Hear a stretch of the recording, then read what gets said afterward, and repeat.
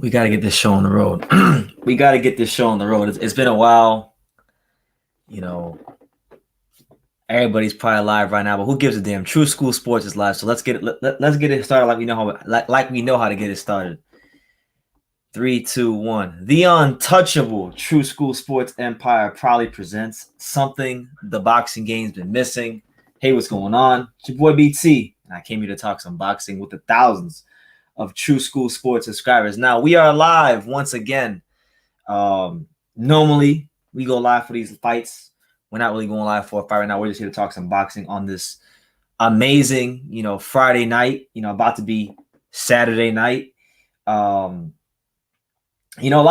going on. And I've had a lot of time to process what's happened with Terence Crawford and his statements about Vergil Ortiz, and we'll trust me, we'll get to all that. I got a lot of shit I want to run through. I mean, from Crawford to Ryan Garcia to Chocolatito. If you're stopping in, by the way, if you're stopping in right now, make sure y'all smash that like button so YouTube knows you're rocking with your boy BT in True School Sports. From everything from Crawford Ortiz to Crawford Spence to the WBC naming Gaia Estrada the franchise champion, muddying up the waters at 115 to Lopez Cambosos. There's a lot of things I want to talk about. So we'll get to all of it in a timely manner. And eventually, once I get my shit off, we'll have some people on the panel because I do want to actually talk to some people. We can't just sit here and talk to the camera and not interact with people. We have to actually be interactive here on True School Sports. So I'm gonna get into that. But honestly, before I get into the whole Crawford thing, I want to give a shout out to this kid that I just sparred today. I sparred this kid today.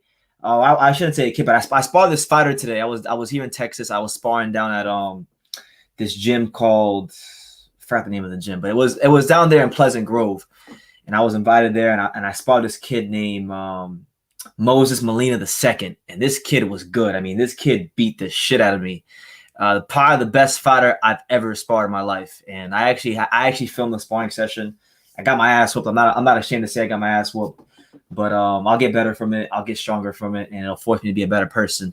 So I'm gonna definitely be posting that. I interviewed him as well. So I want y'all to really, when it comes out, I'm putting y'all on the game now. I want y'all to check this kid out when I do post about him, because he's a very talented kid. He's got a couple amateur fights, sparred Vergil Ortiz in the past. Definitely the best fighter I've ever sparred in my life. It's not even close. I mean, I've sparred some decent fighters. I sparred a couple of local pros in South Florida, but nothing like this. This was some different shit today, and I think I'm gonna be a better fighter. Not that I don't really have any aspirations to box, but I haven't ruled it out. The kid was like 23 years old. He was 23 years old, maybe a little bit taller than me. Really come forward, very methodical, just precise with his punches, placing them. He was, how I say that fighters are handing out rib dinners. He was handing me some rib dinners, and it was bad. I mean, if we were boxing in an amateur fight, I would have had a standing 8 count because he was getting me. So, shout out to him. I really do appreciate the work, and that's the kind of content we're gonna drop here on True School Sports, shining light to the upcoming fighters. And I'm not afraid to say that the man was better than me. He outclassed me, and it'll only force me to get better and stronger and be more calm in that ring, So that's what it is, man. But shout out to everybody here. Shout out to all 5 of you. We got my man Wizard Kelly. Shout out to him. I'll get you a question in a second. G Boogie says, BT, how old was the kid? The kid, he just turned 23, so he's a little younger than me. I think he still has some time to do some stuff in the pros if he wants to pursue it. The only thing with him is like, he just has to pursue it all the way. You can't be 1 foot in for 1 foot out box. You got to be all the way. But I'm proud of myself, man. I'm very proud of myself because, I'll tell you, but I'm gonna get to Crawford, Vergil Ortiz in a minute. So if that's what you came for, just bear with me. But I'm very proud of myself because I'm 26 years old now. I just turned 26. When I was 20 years old and I was very new to, boxing, I picked up boxing late in my life. I sparred this one kid at Canino's boxing gym, and he beat the fuck out of me. It was bad. And I remember in that sparring session, I quit. I'm not gonna lie to you. I quit in that sparring session. It hindered my confidence for many years. And today, I think I took a bigger ass beating in this sparring session than when I was 20. And the coach was giving me an out. He asked me, he said, BT, do you want to box another round? because he boxed 1 round, and he said, and I my mind, my rationale was telling me no, but the fighter in me was like yes, and I went the extra round, and I got my ass beat the 2nd round again, but I didn't quit, and I'm very happy about that today, and I'm only gonna get better because of that. That was a victory for me today, even though I got my ass beat. It was a victory for me today, so I'm looking forward to the next sparring session because I know I'm going to be better. But let's not waste any time. Let's not do any of that. Let's get into what you guys came here for. You guys came here for my Terence Crawford versus Vergil Ortiz. Now, look, Terence Crawford, as many of you guys know, he's a favorite here on True School Sports. I mean, we talk about fighters that I'm really big fans of. And by the way, I had to put if you guys are wondering who the hell that is in the background, that's a young Bernard Hopkins with the IBF championship. I had to put him there because Bernard Hopkins was a throwback fighter. We didn't get this kind of bullshit we're getting today in boxing when he was fighting. So I saw his picture today, and I figured it'd be appropriate to honor a real fighter like him. So that's why he's up there. If you're wondering why. With that being said, Terence Crawford is a favorite here on True School Sports. Like, I love Terence Crawford, and I've been, as far as defending him, and I believe that Errol Spence has always been the guy that's been ducking this fight with him. But 2 things have happened in the last week that are forcing me to really reassess what I think about Terence Crawford and the whole Spence thing, and if they're really ducking him. He said there's 2 things that have happened that have forced me to pivot my perspective on Terence Crawford. We'll start number one. Number one, I was there live in the flesh, Fort Worth, Texas, the Dickies Arena. Vergil Ortiz just had defeated his homeboy Maurice Hooker. Okay, when he beat Maurice Hooker, Terence was there, and they obviously did what they always do in boxing. They asked who he wants to fight. Crawford was there. They also asked about Spence, and he said that he does his talking in the ring, but he's not against those fights with Crawford and Spence. And he seemed very open. He said he didn't care if he was ready or not.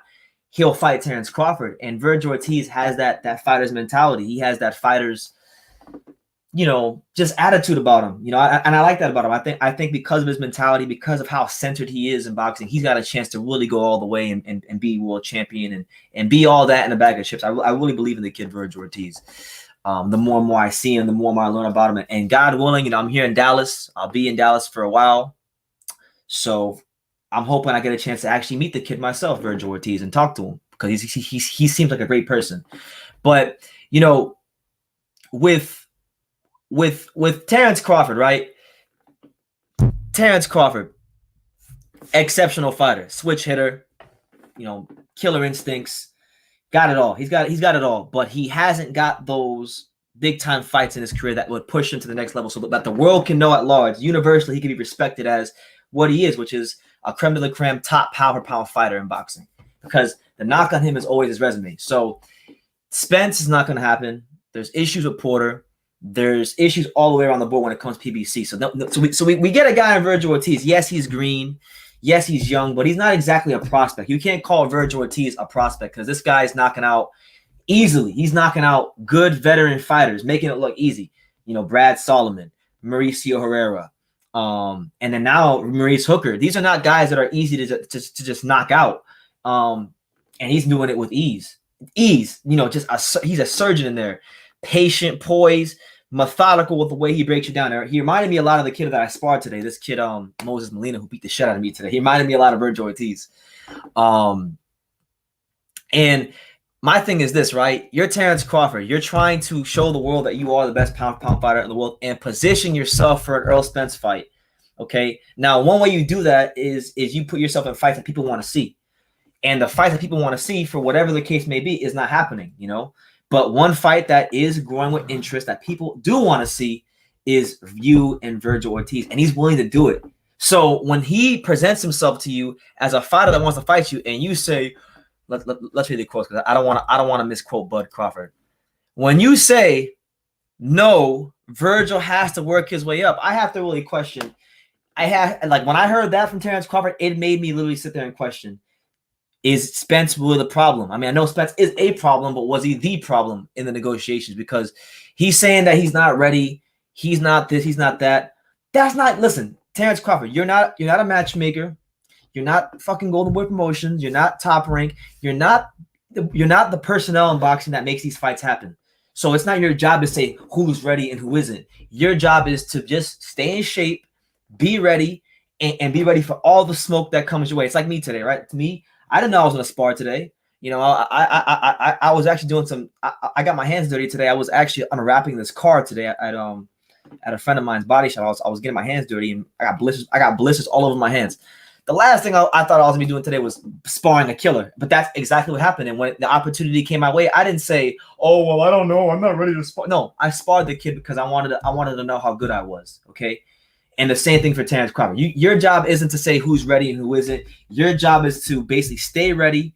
And when the call comes for a fight that people want to see that can help your career, you take it. You take the damn fight.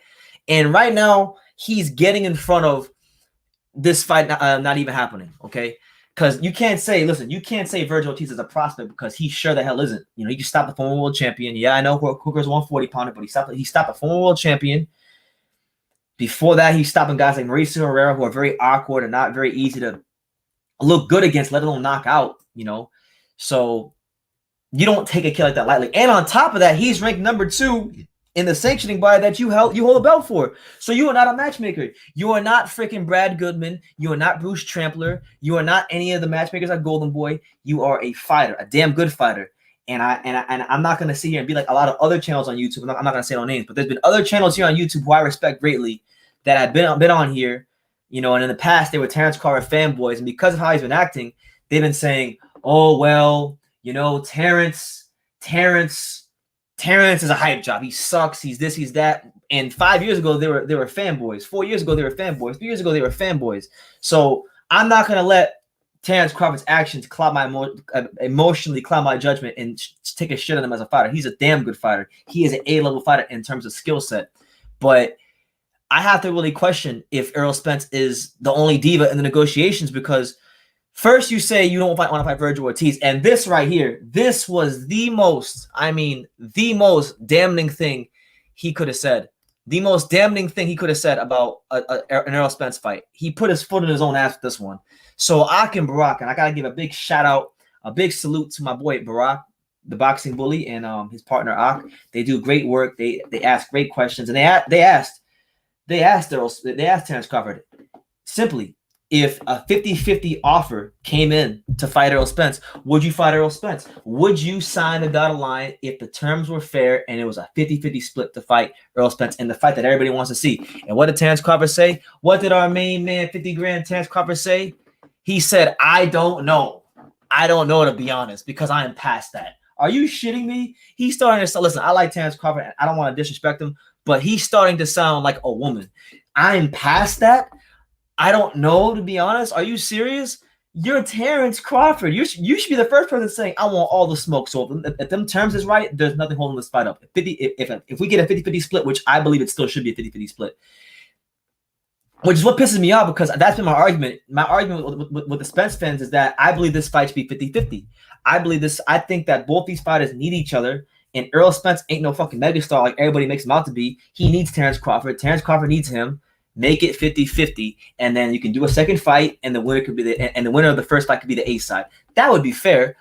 But with Terence Crawford saying this, it blows up everything I've been saying about him. It makes me have to really take a long, hard look at what I believe to be true in boxing and with this whole fight.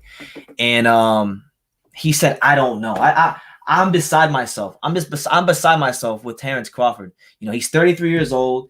You know, he doesn't got time to waste. But here we are wasting it. You know, some people say he should have signed with Al Heyman. He should have did this. He should have did that. Honestly, with this fight, I don't know if there's a right scenario. I just think in boxing, some fights are destined to happen. Some fights are destined to not happen. And this fight seems to be one that's destined to not happen.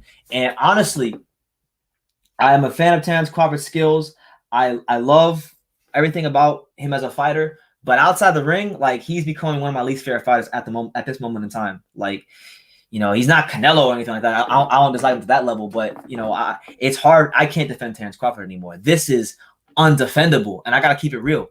I gotta keep it real, like I've always done here on True School Sports. You know, when Cholatito got knocked out against Rung Versailles, and he was, and there was a period of time where he was questioning fighting Kal Yafai. I said, well, look, if you're questioning fighting Kal Yafai, then you need to take your ass and retire.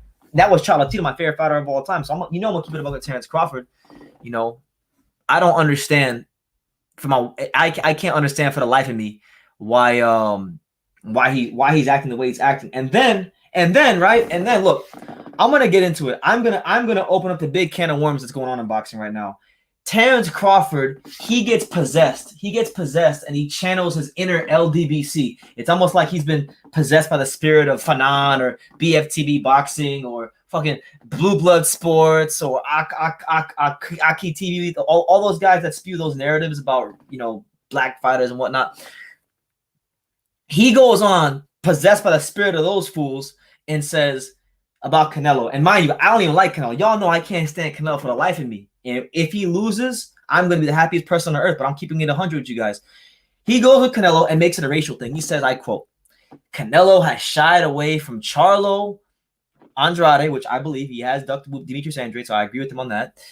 But when you look at Canelo's career, it's like he shied away from all the black fighters. I think black fighters give him the most problems. Now,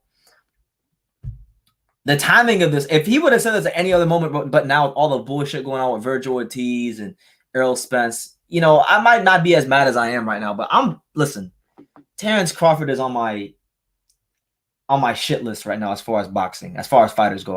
I can't condone this behavior. I mean, okay, Canelo's resume, is it overrated?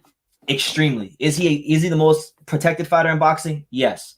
But to sit here and say he hasn't fought black fighters is ridiculous because Daniel Jacobs is black, freaking Shane Mosley was black, Flamingo was black, Austin Trout was black, Lara was black. He's fought more. Listen, I cannot believe I'm sitting here. Like, this is how bad it's got. I want y'all to really think of how bad this has gotten. I'm sitting here and I'm going at Terence Crawford in defense of Canelo. This shit has never happened. I never thought about how this could happen, but that's the stupidity he's on right now. Canelo Alvarez has fought more black American fighters than you. Who was the? Oh, hold on. What's BoxRec at right now? Where's BoxRec right now? Hold on, man. Because this is too much. Like, this is too much. If you're here right now, make sure y'all smash that like button, support the channel. True School Sports, the Untouchable, your boy BT. We're live here at midnight. You know, just talking some boxing after a hard day of sparring and just a hard day of work in general. But Terence Crawford, who was the last black fighter that was American, at least, that Terence Crawford fought? Because I mean, I know he fought I guess Kell Brook, he fought in Dongos from Africa, Diaz, Molina, Hank oh my god. Oh my lord. Are you serious? I have lost my damn mind. Hank Lundy? It's been 5 years. It's been a half a decade since Terence Crawford fought a black fighter, and I was at that fight. That was the first time I ever went to New York City. I covered that fight. I interviewed Terence Crawford that week, and I interviewed Hank Lundy. Jesus, I wish I knew then what I knew now, because that was the last time Terence Crawford fought a black fighter. So my thing is this: I can't stand Canelo for the life of me. Like, honestly, Canelo Alvarez to me is a piss stain on boxing. Just being honest, I don't like the guy, but I can also separate my dislike for Canelo and be honest about the situation. Terence Crawford need to fight some damn black fighters. I'd love to see him fight Errol Spence, Sean Porter. Hell, if you don't want to go to 47, because it seems like Terence Crawford can't get no fights at 47. So you know what? You're Mr. Big and Bad. You're the pound king. You know, you were the guy talking about Jamel Charlo a couple last year when you had the little Twitter beef. Go up and fight him. Fight someone. But don't sit here and project what you're not doing onto Canelo Alvarez. Canelo Alvarez has fought black fighters. He's beaten black fighters. He's lost to black fighters. He's gotten good decisions against black fighters. But Terence Crawford, I mean, look, man. Look, I love Terence Crawford. Great fighter. I got to always keep saying that because I know people are going to be here and say, Brady, True School, you're hating on Terence Crawford. You're this, you're that, you're right. No. If you come in here and you say I'm here on Terence Crawford, I can't even like talk to you, because I've always defended Terence Crawford. Always. But this shit is like not even, you can't defend this. You cannot defend this. This guy, I mean, okay, his last fight, he fought a British fighter. Fighter before that, he fought a dude from Lithuania, right? Where the hell is Kavaliauskas from? He's from I think he's Lithuania, right? Lithuania. Okay. Fought a dude from Lithuania. Another British fighter. Okay. Mexican American, Australian, Namibian African fighter. Come on, man. You need to fight some black fighters, man. Come on. I can't believe that Terence Crawford has me sitting here defending Canelo Alvarez. This is ridiculous. This is ridiculous. Let's get into some comments because I'm gonna get all my shit off this first hour and a half, and then we're gonna have people on here if y'all stay up that late because I got time to talk. Let me see. We got my man Wizard Kelly. He said, I quote, he said, "What does Crawford gain from stopping Ortiz? And I'd be tired as fuck chasing Spence. You can't force somebody to fight you. What does he gain? What does he gain from beating Vergil Ortiz? He gains beating the best. I can't even say he's not a prospect, so we can't talk about him as a he just stopped a former world champion's last fight, and he's number 2 in the WBO. He's not a prospect. He's got 17 fights, 17 knockouts. He's going rounds, quality rounds too. What does he gain? He gets to take another fighter's O. He gets to fight a guy with a growing Mexican fan base. I was there. You can't talk to me about Vergil Ortiz. I was there when he fought Maurice Hooker in the crowd at the damn Dickies Arena. All right. And I can tell you right now, he's gonna have one. He will if he keeps going how he's going, he will be one of the most popular fighters in the sport within the next 2 years. No doubt about it. And it's not even debatable. The crowd, the support, the amount of merch that he sold that night. Vergil Ortiz is going places and fast. So he gets a chance to beat a young, undefeated fighter, stop the hype before it even gets going.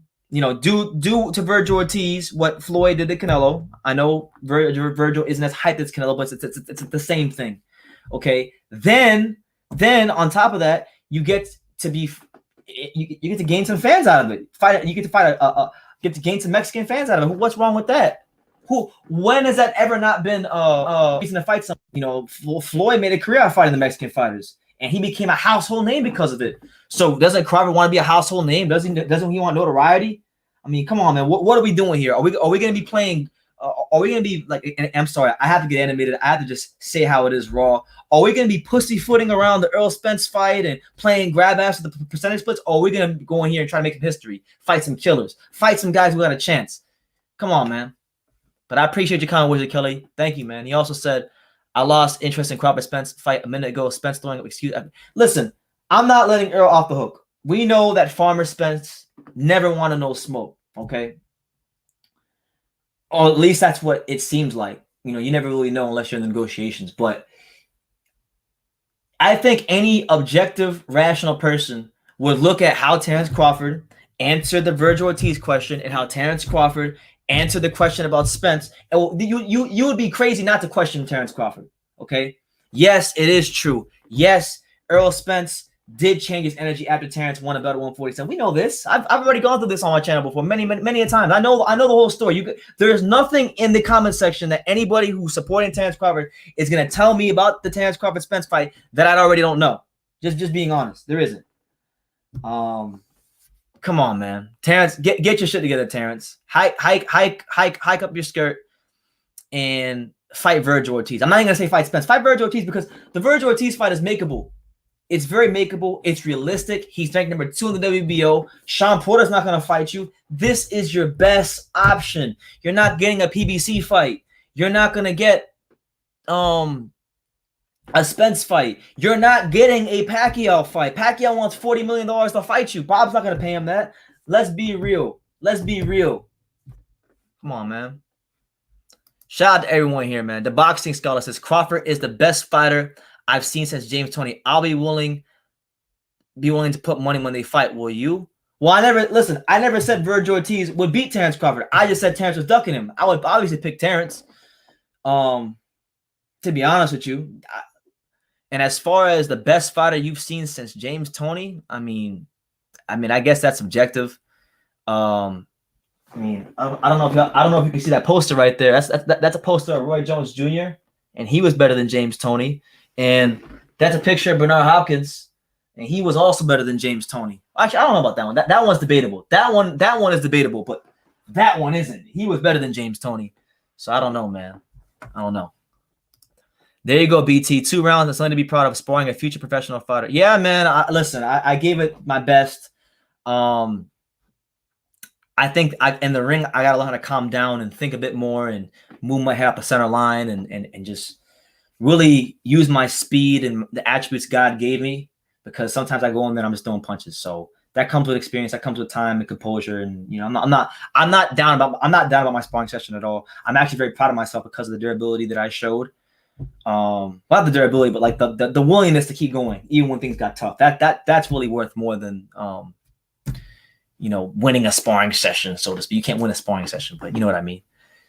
L Dog, shout out to my man L Dog. He listen. I know I haven't been live as much recently, but shout out to my man L Dog. He's a true school sports soldier. He supports the channel. I fucks with L Dog.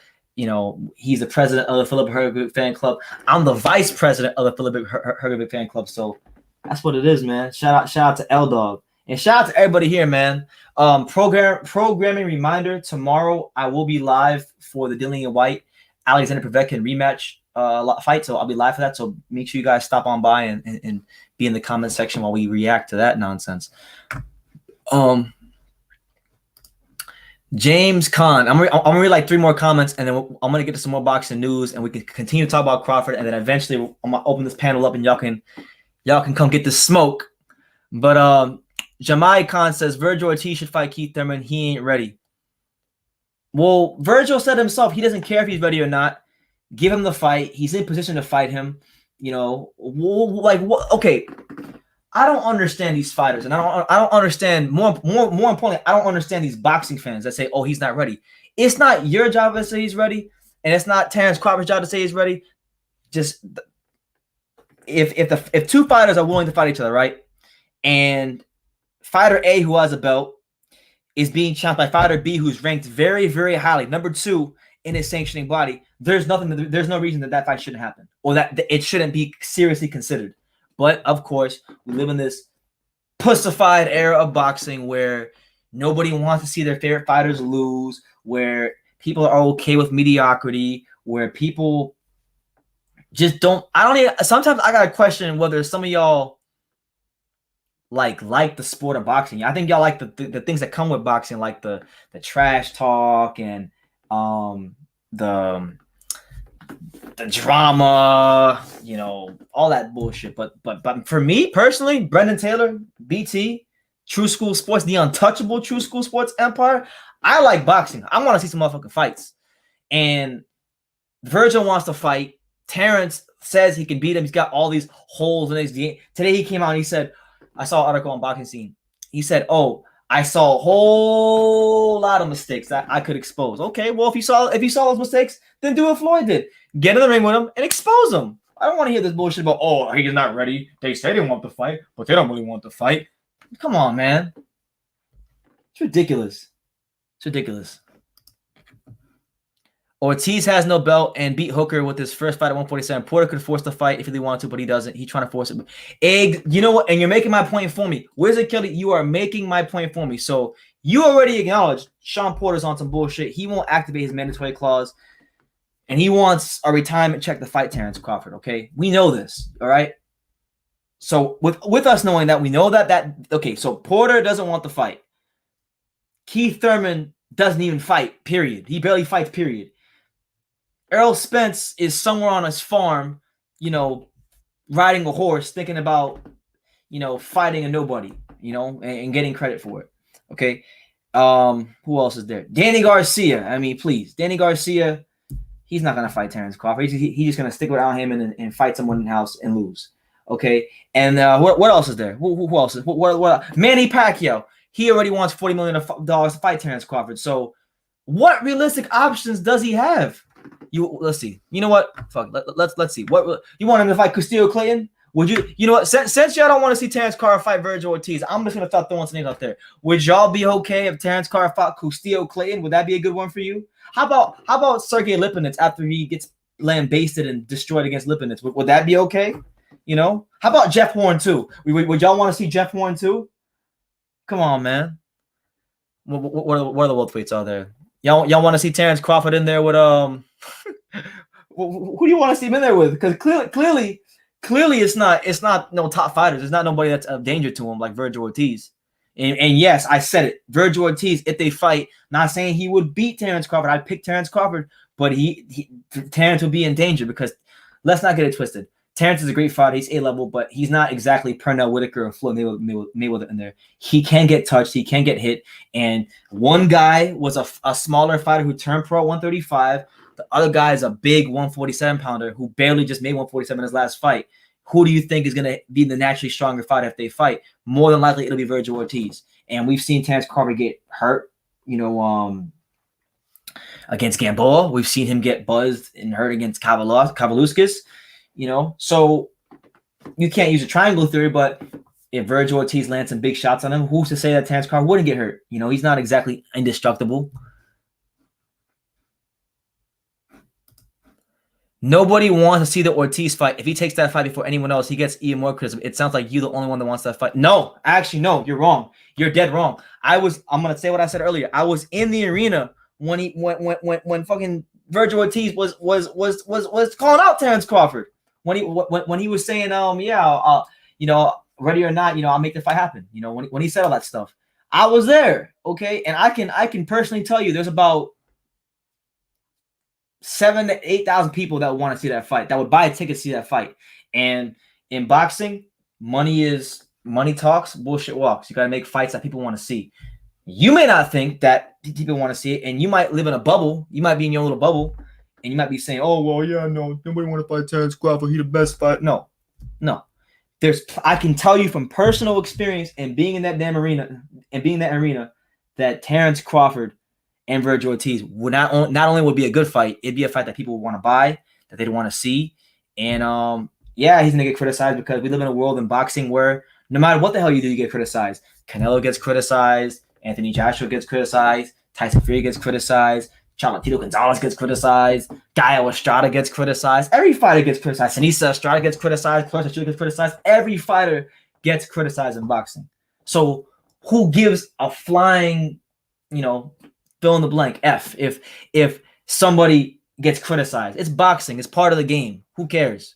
Make these fights happen. Shout out everybody. JD Blanca says, "You sound like another dumbass boxing channel. Keep it up."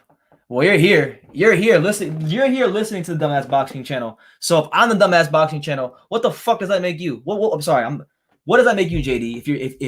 If I don't know if you're talking about me or somebody in the comments, but if you're talking about me, if you're here, what the hell does that make you if you're here?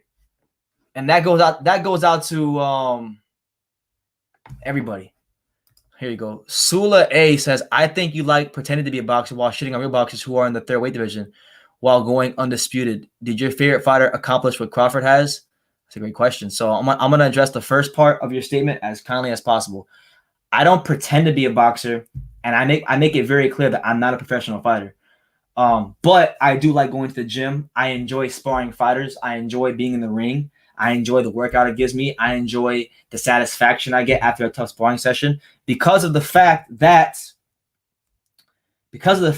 boxing is a tough sport, and by being in the ring, that helps me understand just on a small level, even if I never turn pro or win a world title or whatever, that helps me understand just a little fragment of what those fighters go through. And listen, we got a lot of channels here on YouTube. You guys know the names. They might have more subscribers than me. They might have more views than me. Cool. They might have. I guarantee you this: they don't go to the boxing gym. They wouldn't spar the kind of fighter I sparred today. They wouldn't spar some of the fighters I've sparred in the past. Locally in South Florida, they wouldn't know what the fuck goes on in that ring in terms of pain, in terms of anything. So I'm not pretending to be a fighter. I am. Listen, in my life, I'm a fighter. I'm not a professional fighter, but in my life, I'm a fighter. And if that's your perception of me, that's your perception of me. But I know who I am, and I don't got nothing to you. Now, as far as the second part of your statement, you said while shitting on real boxers who won the third weight division. I'm not shitting on Terence. Listen, I made it perfectly clear. And if you've watched me talk about Terence Crawford at any point on this channel, you guys know Terence Crawford is one of my favorite fighters. I put him right up there with Tito and Tyson Fury. I would say Tito, Tyson Fury, and Terence Crawford are my three favorite fighters in boxing right now. And I always have went to bat for Terence Crawford because I always believed it was Spence stuck in this fight. So I'm not shitting on him. I'm calling a spade, and that's how you're taking it because you're sensitive. All right. And you asked, did my favorite fighter accomplish what Crawford has? So my favorite fighter is Roman Cholatito Gonzalez. Has he accomplished what Terence Crawford has? No. He didn't go undisputed. No. I don't think he hasn't unified titles. Okay. But I can tell you this about Cholatito. Never once in his career did I have to question Cholatito's heart or his ability or his willingness to get in the ring. When it came time to fight Carlos Cuadras, number one 115 pounder, no tune-ups 115, he said, give him to me. When it came time to fight Guy was shot on the rematch, he said, give him to me. When it came time to fight Rambasai after a tough, controversial first fight, he said, give him to me. And he got knocked out, but he still fought him. And he's fought killers all up and down his resume. You can go from 105 to when he beat Yutaka Nida and when he beat Kasanori Takayama. You can go to 108. You can go to 112 when he beat Akira Yagashi and Edgar Sosa and McWilliams Arroyo. You can go to 115 where he's at now, where he's beating, Cal Yafai. People want to say Cal's bad. Keep Cal's this, Cal's that. Cal had 5 title defenses. Cal is a better champion than most fighters you guys give credit for. Give credit to. So did he accomplish as much as Terence Crawford in terms of belts and accolades and trinkets? No. But is his resume better than him? And has he given boxing fans more moments to remember him by? Absolutely. Cholatito Gonzalez. Cholatito Gonzalez every day and 10,000 times on Sunday with Terence Crawford because he never had no bitch-ass moments like this where he was talking about, oh, I don't know if I took a 50-50 fight. No. He was always willing to fight. So I hope I answered every part of your whack-ass comment, Sewell. Thank you for commenting. Thank you for watching. And God bless you, champ. God bless you. He'll get more credit beating Porter than Ortiz. That fight's not going to happen. That fight's not going to happen. I don't know why y'all keep mentioning Porter. That fight's not going to happen. They can't come to an agreement. Porter won't activate his mandatory status in the WBO. It's not happening. Be realistic. Can y'all be realistic? Come on, man. Now look, I want to get to Wizard Kelly because he's leaving some good comments, and I like the comments he's giving. He says it sounds like a bunch of excuses as to why other fighters won't fight Crawford and then blaming Crawford not taking a donation fight. Well, no, I agree. We're not. Listen, I'll be balanced what I'm saying. All I'm saying is this: you don't have a lot of options, so I don't think in my objective, emotional voice and perspective. He doesn't have a lot of options at welterweight. I think me and you can both agree that Terence Crawford does not have a lot of realistic options at welterweight because PBC, all the fighters on PBC, Al Heyman, they're on a unified front. They've teamed up and they're all speaking the same tune, saying that, hey, we're not going to fight Terence Crawford, which is their prerogative. They don't want to have their careers, hopes, and dreams ruined by Terence Crawford. So that's their prerogative. That's the route they're choosing. I think it's some punk ass shit, but that's the route they're choosing, and I recognize that. And in recognizing that, I also recognize what his realistic options are. And aside from Vergil Ortiz, what other options are you? Is Terence going to go fight Josecito Lopez, like it was rumored to? Is he going to fight Castillo Clayton, who's highly ranked in the WBO as well? Because I'll tell you this: if he fights Castillo Clayton or he fights Josecito Lopez or like a Lipinets or something like that, he'll get way more criticized for those fights than he would Vergil Ortiz. And he'll make less money, and he'll have even less to gain by beating those guys. So I'm just saying, he's in a no-win situation. I acknowledge that. But, I think if he has a fight with Vergil Ortiz, and let's just say it's a good fight, and maybe it's a close fight, who knows? Maybe Vergil rises to the occasion on the night, and Terence Crawford wins a close decision. Then guess what? People want to see the fight. He's got a good Mexican fan base. You could be in a rematch and you could create some more demand for yourself. Maybe Sewell A says the winner of Taylor Ramirez, pretty good option. I'll get this comment in a second. I want to get to my man Chance Dotson, who, by the way, I'm very disappointed that I didn't get to meet you in the fight, champ. And I saw your Instagram story, and bro, where you were standing. I saw where you were standing in your Instagram story. If you would have just moved down to the first row, I was right there. I was literally right there. I was right there in the first row of section 109. You probably couldn't see me because my ass is too short and I was being blocked. But I saw on your story where you were at, and hopefully I'll be in Texas for a while. So hopefully I'll be at the Canelo fight. So listen, anybody who's going to the Canelo fight, I don't have my ticket yet, but God willing, I will be there. And if I don't, even if I don't get a ticket, I will at least be outside the stadium interviewing I'll be interviewing the Canelo fans. You see what I'm saying? But let me get to your comment, Chance, because you did give me the super chat, and I wanna really acknowledge that here. He said, "BT, speak your mind, man. Even though I live near Dallas, I think Bud mops the floor with Errol. It damn what the others said about it. Speak your mind." Well, look, I think, listen, personally, look, because you got to separate the business of boxing from the sport. Right now, I'm pissed off at the business of boxing because it's fucking with the sport of boxing. Now, with the business side of boxing, Errol Spence and Terence Crawford, to me, are both divas in their own ways. That's just my opinion. Don't kill the messenger. I think Errol Spence is a much bigger diva, but I think Terence is a diva too. Now, when it comes to the sport of boxing, if those two ever decide to fight in the boxing ring, in a squared circle, I think Terence would beat Errol Spence. And that's what frustrates me about this so much. All right? That's what frustrates me so much. I think Terence would beat Errol Spence. I think Terence has all the tools to beat Errol Spence in dominant fashion too. I'm talking about, any way he wants it. He wants to box, he can do that. He wants to bang, he can do that. I think Terence Crawford would have an answer to any question Errol Spence will present to him. And I know that people out there that feel differently. A lot of people feel differently about that. So, that's what makes for a great fight in boxing. And I'm just hoping. I'm hoping that one day these two could come to an agreement very, very, very, very soon. But I'll put it like this, and I'm gonna quote my man Johnny Cortijo, who I see in the comments. I'm putting both of them on the shelf. Manny Pacquiao is still the number one welterweight in the world. I'm sorry, I can't put Crawford or Spence number one. After the bullshit that Errol has pulled and Terence is pulling, I can't put none of them number one. Manny Pacquiao is number one, right where he belongs, number one. And then Crawford and Spence, if they ever fight, they could fight for the number one spot. But until then, Manny Pacquiao's number one, and that's just how we're going. That's how we're rolling with it, man. But Chance, I appreciate your super chat, man. Thank you so much. Thank you so much, man.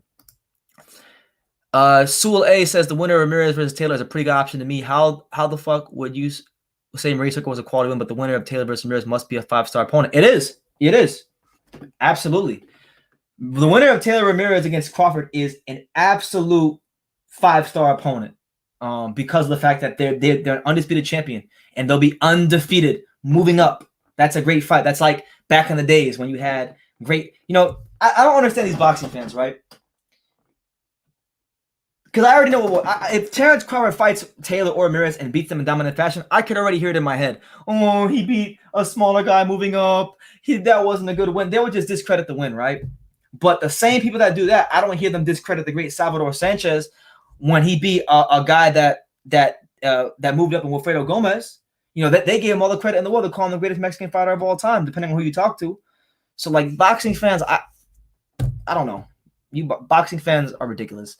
If he fought Ramirez Taylor to me next, that would be easily the best one in his resume, and I would have to give him a lot of credit. And I think that would increase his market value and his reputation in the sport of boxing. So that's what it is, man. We gotta keep it a buck 250 here on True School Sports. It's the untouchable True School Sports. Boy, BT, Brendan Taylor, we here, man.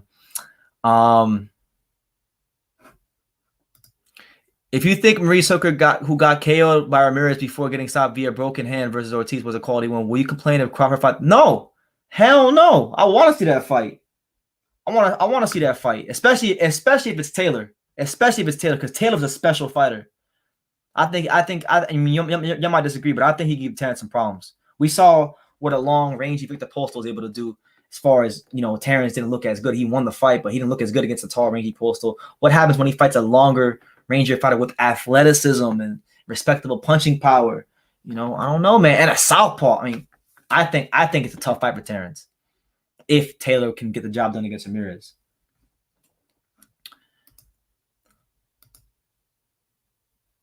All right, Chance. Hopefully I see you out there, man. Hope to see you out there. Jordan Gooden says, what do you think about Rashidi? You know what? I saw someone mention this fight.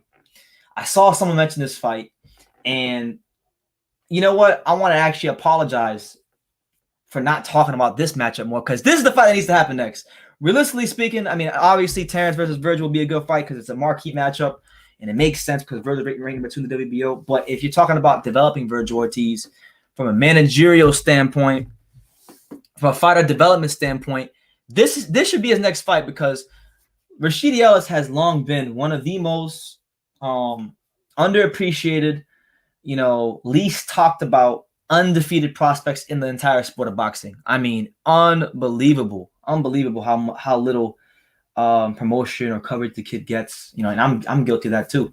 A fantastic fighter. He's from Lynn, Massachusetts, and like I used to live in Massachusetts back in the day. And if there's one thing I can say about Lynn, Massachusetts, is that if you're anybody that I met from Lynn, Massachusetts, whether they're fighters or just your everyday Joe on the street, they could all fight. They could all fight. Lynn, Massachusetts is a rough place. So I would love to see Vergil Ortiz versus Rashid Ellis, because it would be something special where we see Vergil in there with a quicker fighter, young fighter, just like him, undefeated fighter. It'll be something special.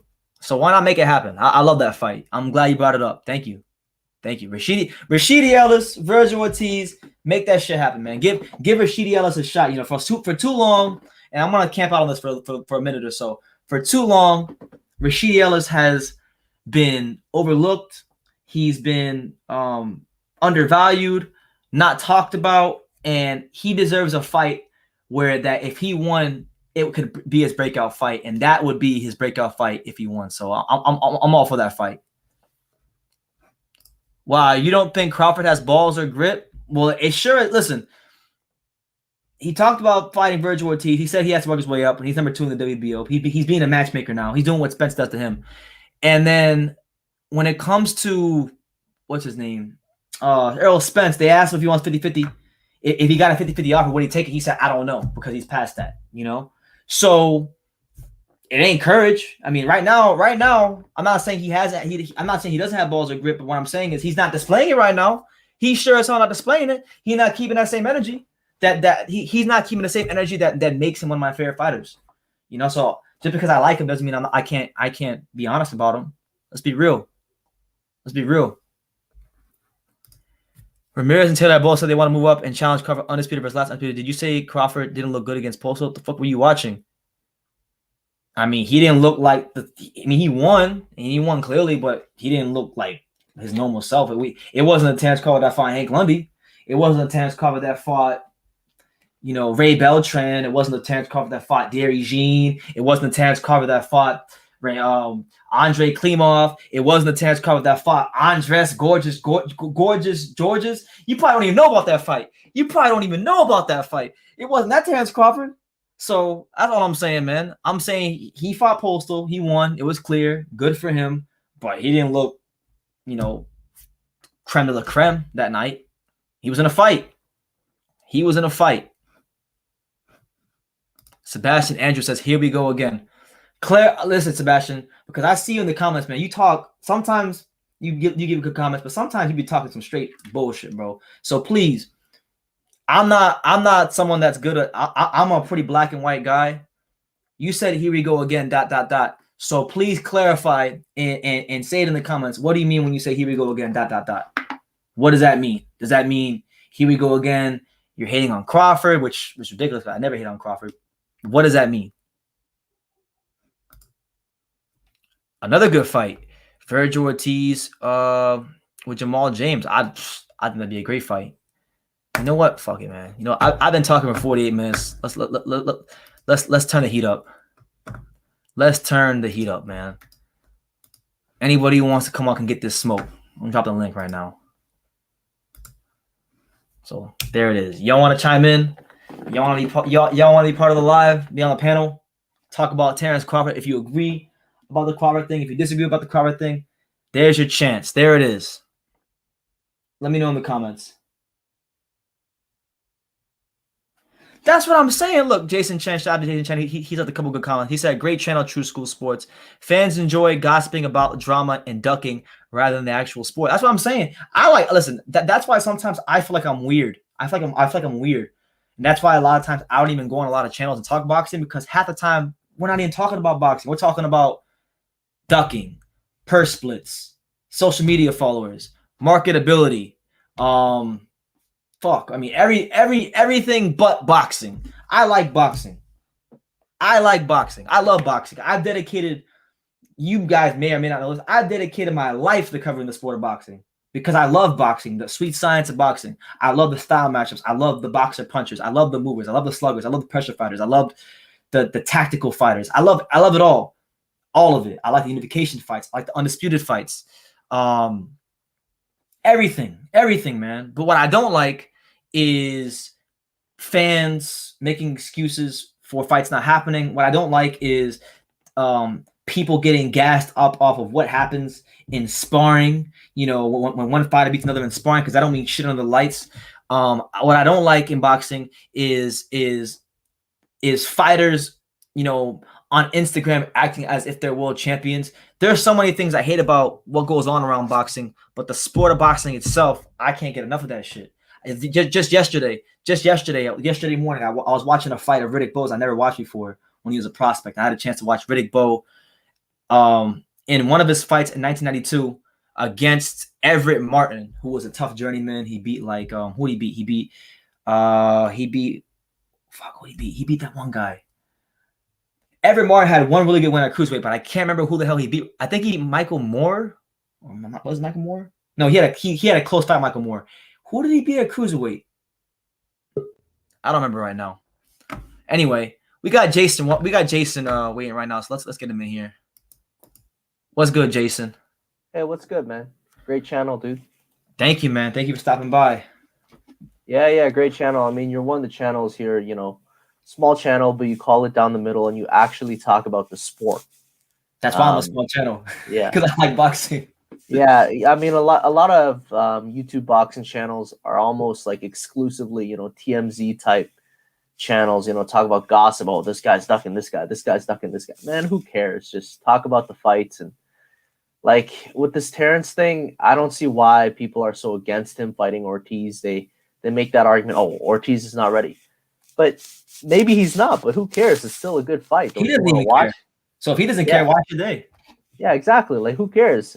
Ortiz is clearly not scared to take a risk and lose a 0. So why not let them have at it, and we'll see what happens. Absolutely. G Boogie, what's up, man? What's up, my brother? How's life? Life is well. How about yourself? Blessed, man. Blessed. Every day I can take a breath, I'm blessed. Absolutely, man. How you feeling about this whole? Oh, Jason left. But shout out to Jason. Shout out to Jason for stopping by. Shout out, Jason. How do you feel about the whole Terence Crawford situation with Vergil Ortiz and Errol Spence and all that stuff? I feel like this. If Vergil Ortiz called him out in the fight and Terence was there, hey, why not? Yeah. A fighter's a fighter. You're a prize fighter. You can fight. They're going to make money off of that fight. You got a young, hungry bull coming in, you know, young little bull coming in, and you make $4 million off of your contract with Bob Arum. Make some money. Yeah, man. Make some money. Fight a good young Mexican fighter. Maybe get a couple Mexican fans in the process. What's there to lose? I got pissed off that he turned down because Pacquiao from that contract. What Pacquiao he got somebody from, I guess, Saudi Arabia, one of his boys over there, and was going to give him 50 mil. And he said, "Hey, I'll give you a quarter. Shit, I'll fight you for a quarter. Shit." Yeah, man. I'll fight you for a quarter, Pac. Shit, you may whoop my ass or whatever, but shoot, you the greatest. Yeah, that would have taken him to a whole other level. He would have been a household name just by taking the fight. He would have became a household name because I mean, like, look at Jesse. I mean, look at Jesse Vargas, for example. Like, after he fought Pacquiao, his whole life has gotten better since he fought Pacquiao. He's getting commentating jobs and he got he's recognized. Come on, man. I understand with the PBC, they can't do nothing unless Al tells them to. I understand that. You know, and with Porter, yeah, okay. They all know it's because they can't do anything because Al is saying no. If Al says no, they can't do it. Okay, so you know, and if I was Bud, and this is the fighter in me, okay, I will want to challenge myself. I will go out there and go take a Ortiz fight, especially if you called me out in front of the masses and you knew I was there. Spence was there. He ain't call out Spence. He called me. Okay, well, let me give you a taste. You know. Yeah, man. I don't know, man. I don't know what's going on through his mind. He's 33 years old. He doesn't got time to waste. He does not have time to waste at all. He ain't got time, man. You know. I don't know, man. I don't know what's in these young guys nowadays. This boxing era is totally not like the era I grew up in, where everybody challenged themselves and where everybody, took their own initiative on in their fights. You know what I mean? Even though they had, like all these other promoters trying to handcuff them and stuff like that. But you gotta even remember, like Carl Witherspoon, were fighting for crumbs and stuff. You know what I'm saying? Yeah. Come on, man. And these guys are making multi-million-dollar deals, man. You telling me you can't live off of that what you making now because of the people that paved the way for you, that took the fights, took the hard fights and all that shit, wasn't scared, It's a different era, man. Like, I sometimes like I have to like not binge watch too much of the old boxing, even though it's really good, because when I watch the old boxing, it gets me so pissed off with what's going on now sometimes. Like I've been watching a lot of Marlon Starling recently, like Marlon Starling in his career. Yeah. And I really enjoy watching Marlon Starling. And I was just watching this fight with Thomas Molinares for the WBA welterweight title the other day. I still got to finish it actually, but it was from what I watched so far, it's a great fight. And like that was a dangerous fight for Marlon Starling at the time. Yeah. Like, you don't even see guys take fights like that no more. It's ridiculous. Yeah, like I don't know what anybody can compare Chocolatito, but yeah, I give Bud all the credit that he unified and stuff like that. But like you said in your dissertation earlier, your passionate dissertation, should I say? I was on one. Yeah. Well, I kind of feel the same way because with Chocolatito, look at what he accomplished. He never dared not to challenge himself. Whoever was in that ring, he's in there. He's even when he lost to Rumbasai, the second fight, because he thought he was like, okay, maybe his mindset, I had to take it to him.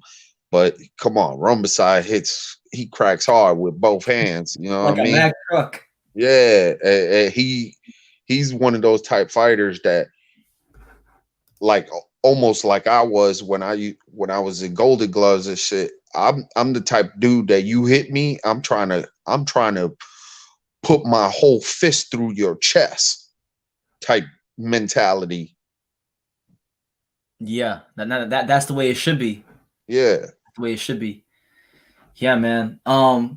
What do like if that fight were to happen with Vergil? Because I respect your boxing opinion, G Boogie, because you've been in there and you got a lot of experience.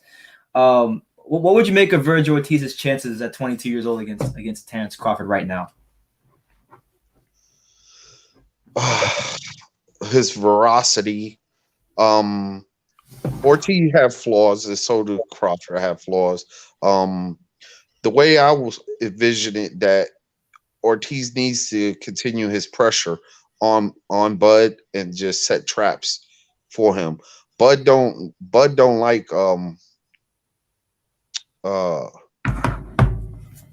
he's susceptible sometimes when he's in the southpaw stance with the overhand.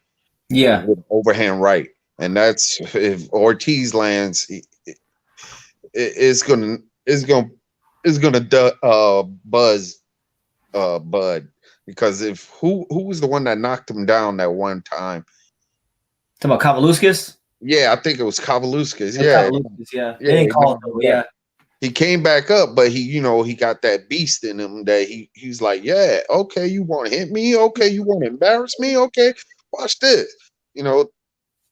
So it's a good thing. It wakes Bud up in that fight. So I will think it will be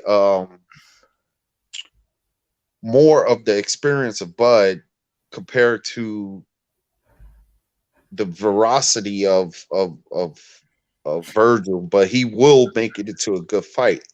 Bud has the ability to, like be able to outpoint him and be able to hurt him too. Yeah, Because he's a complete fighter. Yeah, because Vergil haven't been tested yet. You see what I'm saying? And yeah, on the Hooker fight, I saw him get caught with one of Hooker's uppercut. I think it was an uppercut, and he kind of was like, "Oh snap!"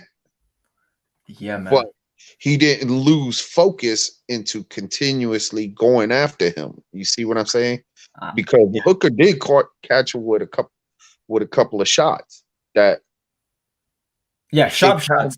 Sharp shots. And he's a rangy dude, so I mean, Hooker looks like one of those guys who's got like that bone density. So when he touches you, you feel it. Well, he's one of those skinny frame guys that got the big back and long arms, and he's almost like a Tommy Hearns type fighter.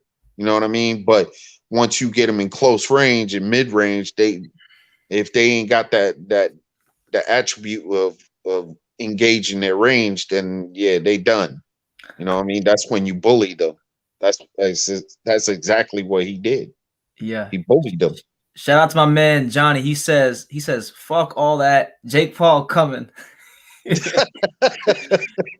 And then he asked me. He said, "BT, did you get my text?" Yes, I did. And God forbid that what you text me ever happened. I'm not gonna say what it is because I can't, but that's bad. It was about a fight, a certain fight. It was, oh my god! If you guys knew what it was, you guys would flip.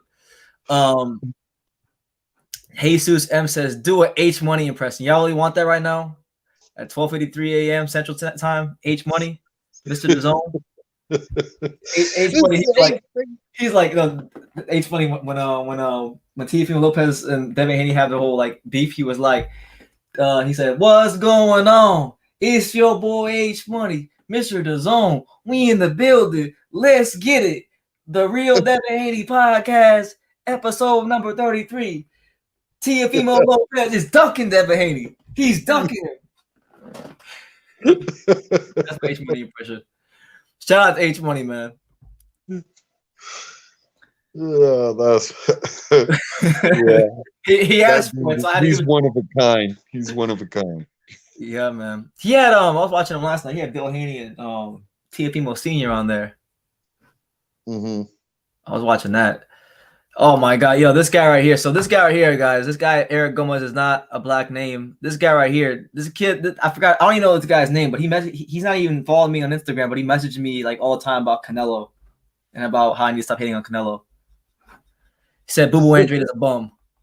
Oh, if he's a bum, then perfect. Canelo should fight him. He's been fighting a lot of those recently. Yeah, exactly. What do you think, G Boogie, about Canelo, like his last couple of fights? Because a lot of people say I'm being overly critical of Callum Smith, and I mean, I don't know how you can be critical of Avni Yildirim. That's just a bad fight, but they say I was overly critical of Callum Smith. I look at Canelo ever since he fought Floyd and he lost to Golovkin twice. In my perspective, I saw whether people disagree or agree with me, I really don't care. But the whole thing is that he became the demanding diva, and I just don't. He has so much talent, and that's why I don't like diminishing people. Yeah, even though I could, but what that makes me, you know what I mean? What's up? What's up, Johnny? What we talking about right here? Let me hop in, man. I'm gonna let him. We were talking about Canelo not fighting nobody. That's what we're talking about. All right, I'm gonna let OG finish what he was saying, and then I'm gonna jump in. All right, go ahead. Yeah, like what I was saying was, he's a great fighter, but he's using the perspective now because how old is he now? 30 years old? 30, yeah. Yeah, he's 30 years old. So you figure he got another 4 or 5 years to reign in the divaness. if he really wanted to challenge himself, because he could have went up there and fought Bivol, Beterbiev, he could have fought, instead of fighting the weaker Kovalev that needed that extra money. And I'm not saying that he didn't took a dive, I'll say it. but, That man took a dive. yeah, I know, but so he took the weaker of the three champs from 175. Come on. Yeah, it's just a joke, man. What do you think, Johnny? What do you think, man? Do you guys think Canelo will go undisputed? I personally think Canelo is still, in my opinion, I got him top 5 pound for pound. I do think that there's fighters that he can fight, but realistically, I just think that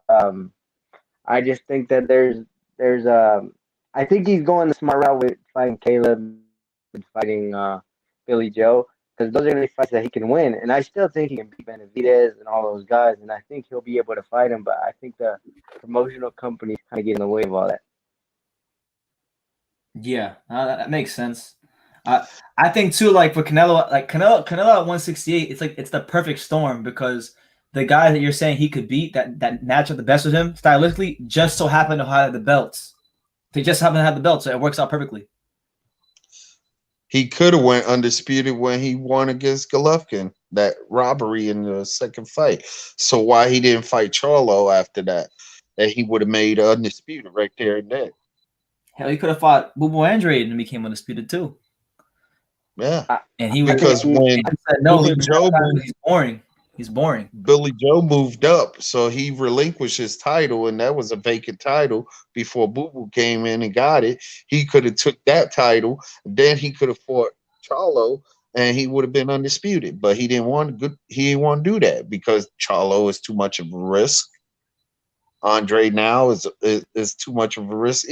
Regardless of what people think of Boo Boo, he's still got range. He's bigger than Canelo. He got the longer reach than Canelo.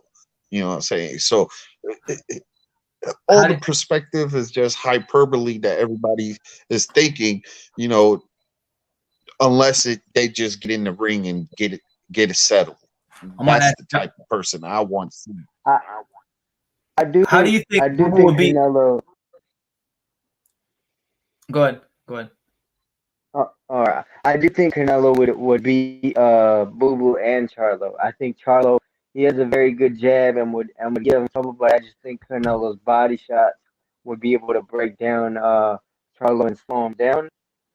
And I got him winning a unanimous decision, 8-4, 7-5. And then Boo Boo, I think the problem with Boo Boo is I don't think the high level competition that he's been in the ring with, when it's time to fight Canelo, I think a lot of those early rounds are going to end up going to Canelo as well. And I think that it's going to give Boo Boo trouble anyways, being in there with someone as high level like Canelo. So will Boo Boo give Canelo trouble, but I just don't see anyone beating Canelo right now, at least at 160 to 168. How about at 75? I think Bivol beat Canelo. I think Bill can beat Canelo at 75. And I don't see anyone at 160 or 168. I think Canelo, his competition hasn't been the best. It's been pretty lackluster lately. But I do think that that no one has been in there with as many different looks as Canelo right now, considering not counting Manny Pacquiao and Chocolatitos and guys like that. Yeah. Jesus M said, "Did you watch the fights last night?" I watched the whole card from start to finish. It was a great card at Ring City. Did y'all watch the fights, Johnny? I know. I gotta call you out, man, because you were telling me that Daniel Bermudez was gonna beat Amanda Serrano. So what did you make of that fight last night? What I thought that Amanda Serrano showed her skill set, and I think that Amanda Serrano around round 7 to 8, I think she started to show the class. But I think Daniela Bermudez went out well, and I think Daniela Bermudez had a great fight. But Amanda is the truth. She's one of the top 3 best women fighters in the world. But I still got Clarissa Shields top pound number 1. I think it's debatable. To be honest, I think it's very debatable. Honestly, because ain't from nobody. Do you think Amanda? Do you think who would you like to see Amanda face next? I would like to see Amanda fight either Jelena Madrenovic next at 130 or fight Michaela Mayer at 135.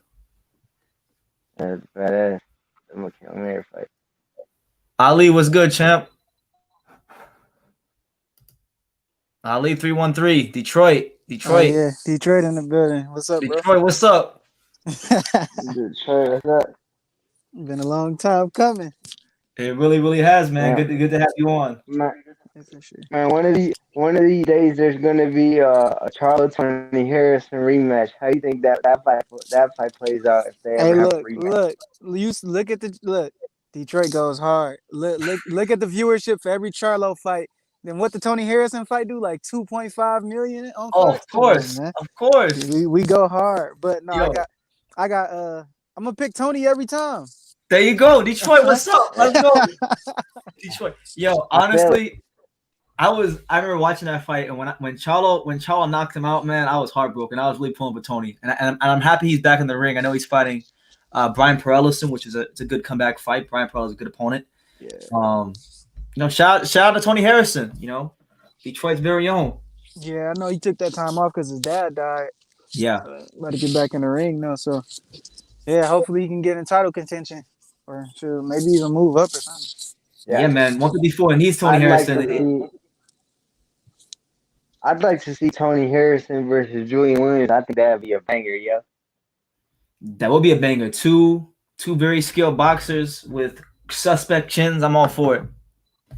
I'm all for it. I'm with it. I always love seeing fights where two guys have no chin. Like, for example, if Richard Comey fights for Vergil, that's gonna be a banger because none of those guys have chins either. Really. Yeah. Nah. And Who do you think? I'm gonna cut you off real quick. Shout out to my man Keen. He says, "Shouts out to BT and the untouchable True School Sports Empire, sponsored by Kool-Aid with no motherfucking sugar." And guess what, Keen? I brought it back just for you. So this for you, Keen. I put this back just for you. Vienna sausage, cinnamon buns, Wonder Bread, Kool-Aid with no motherfucking sugar. That was for you, Keen. That was for you, man. Jarrell Miller, man, he had to name his whole entire diet when he was in poverty. He said Wonder Bread, Vienna sausages. Man, he should have said the government cheese. He should have, man. We were talking about Tony Harrison, right? Hey, that government cheese never melt, yo. Cheese? Yeah.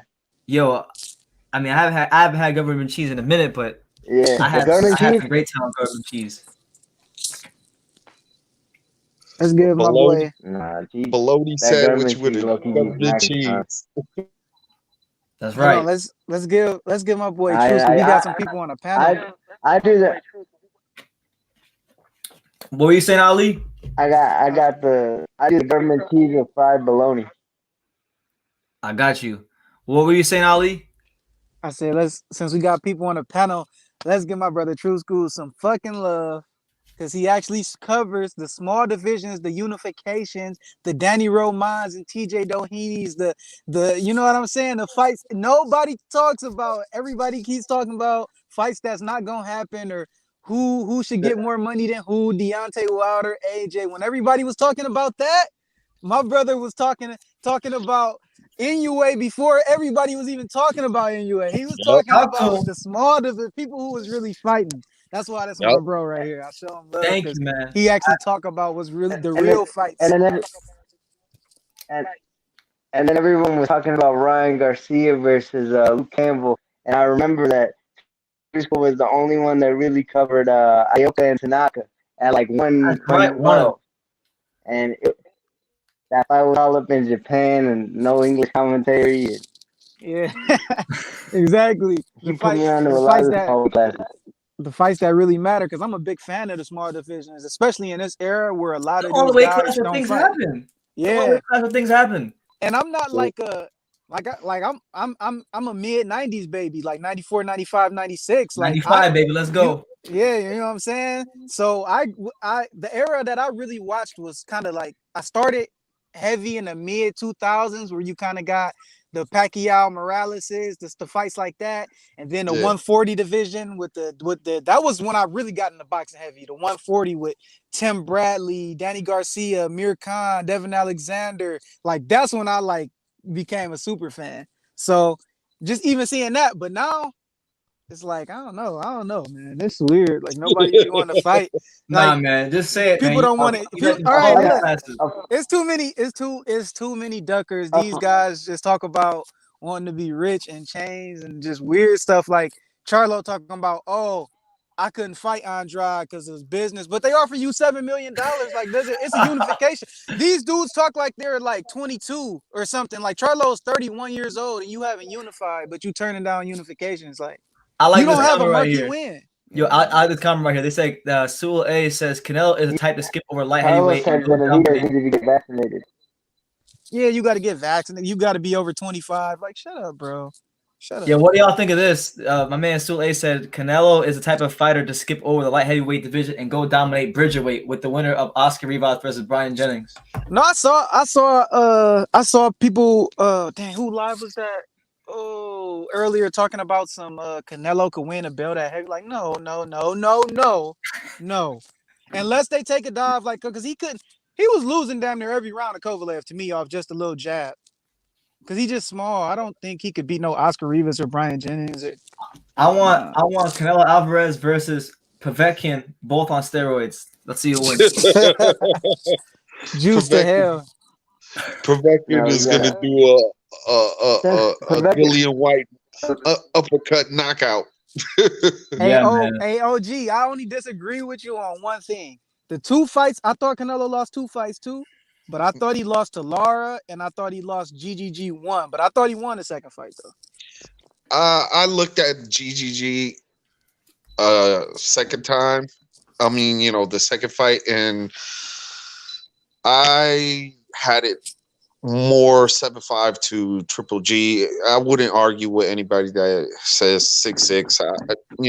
It depends on the person's perspective, but from what I saw, I knew he won that fight, and then with the Lara, yeah, he did lose that.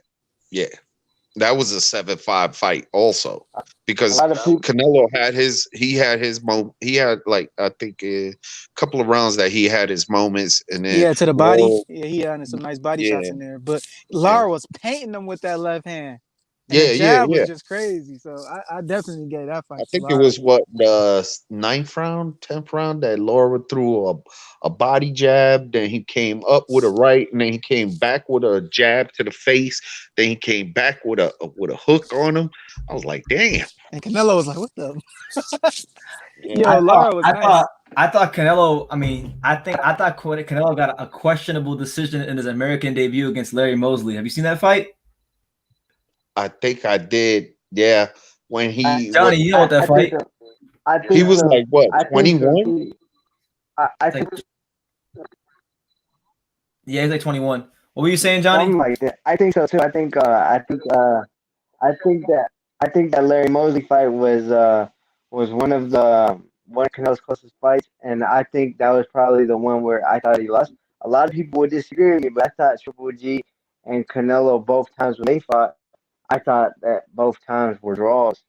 I actually scored both times draws. And then I thought Canelo edged Lara 115, 113.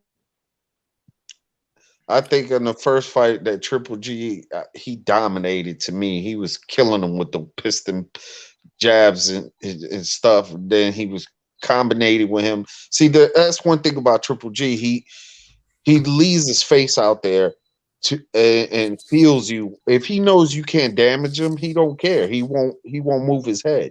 But the earlier Triple G, now that's why I think that everybody was like avoiding him, because they knew what kind of person he is, and they knew how much power he has, especially a younger version of him. Man, when he first came out and came over from Germany and fought Kasim Uma, oh my God, man. Yeah. Dude. No, he was fighting in Germany. You're right. You're right. Yeah, you're right. Yeah. When he was on he had to fly over. he said he didn't have that much rest, and he had to go into the fight tired as shit. That's why he had like a beard and shit, almost like a stubble beard, and he fought him. And ever since then, man, it's like nobody wanted to fight him. None of the big names called him out. Nobody. And till he started getting that knockout spree. And after that, we all know after what 2015, he started getting old. He was old. Yeah. But I mean, it Lee is what it Ramiro says Canelo should have 6 losses. Fight I always wanted to see was a fight I always wanted to see was Triple G and Sergio Martinez. That would have been a great one. I If- wasn't.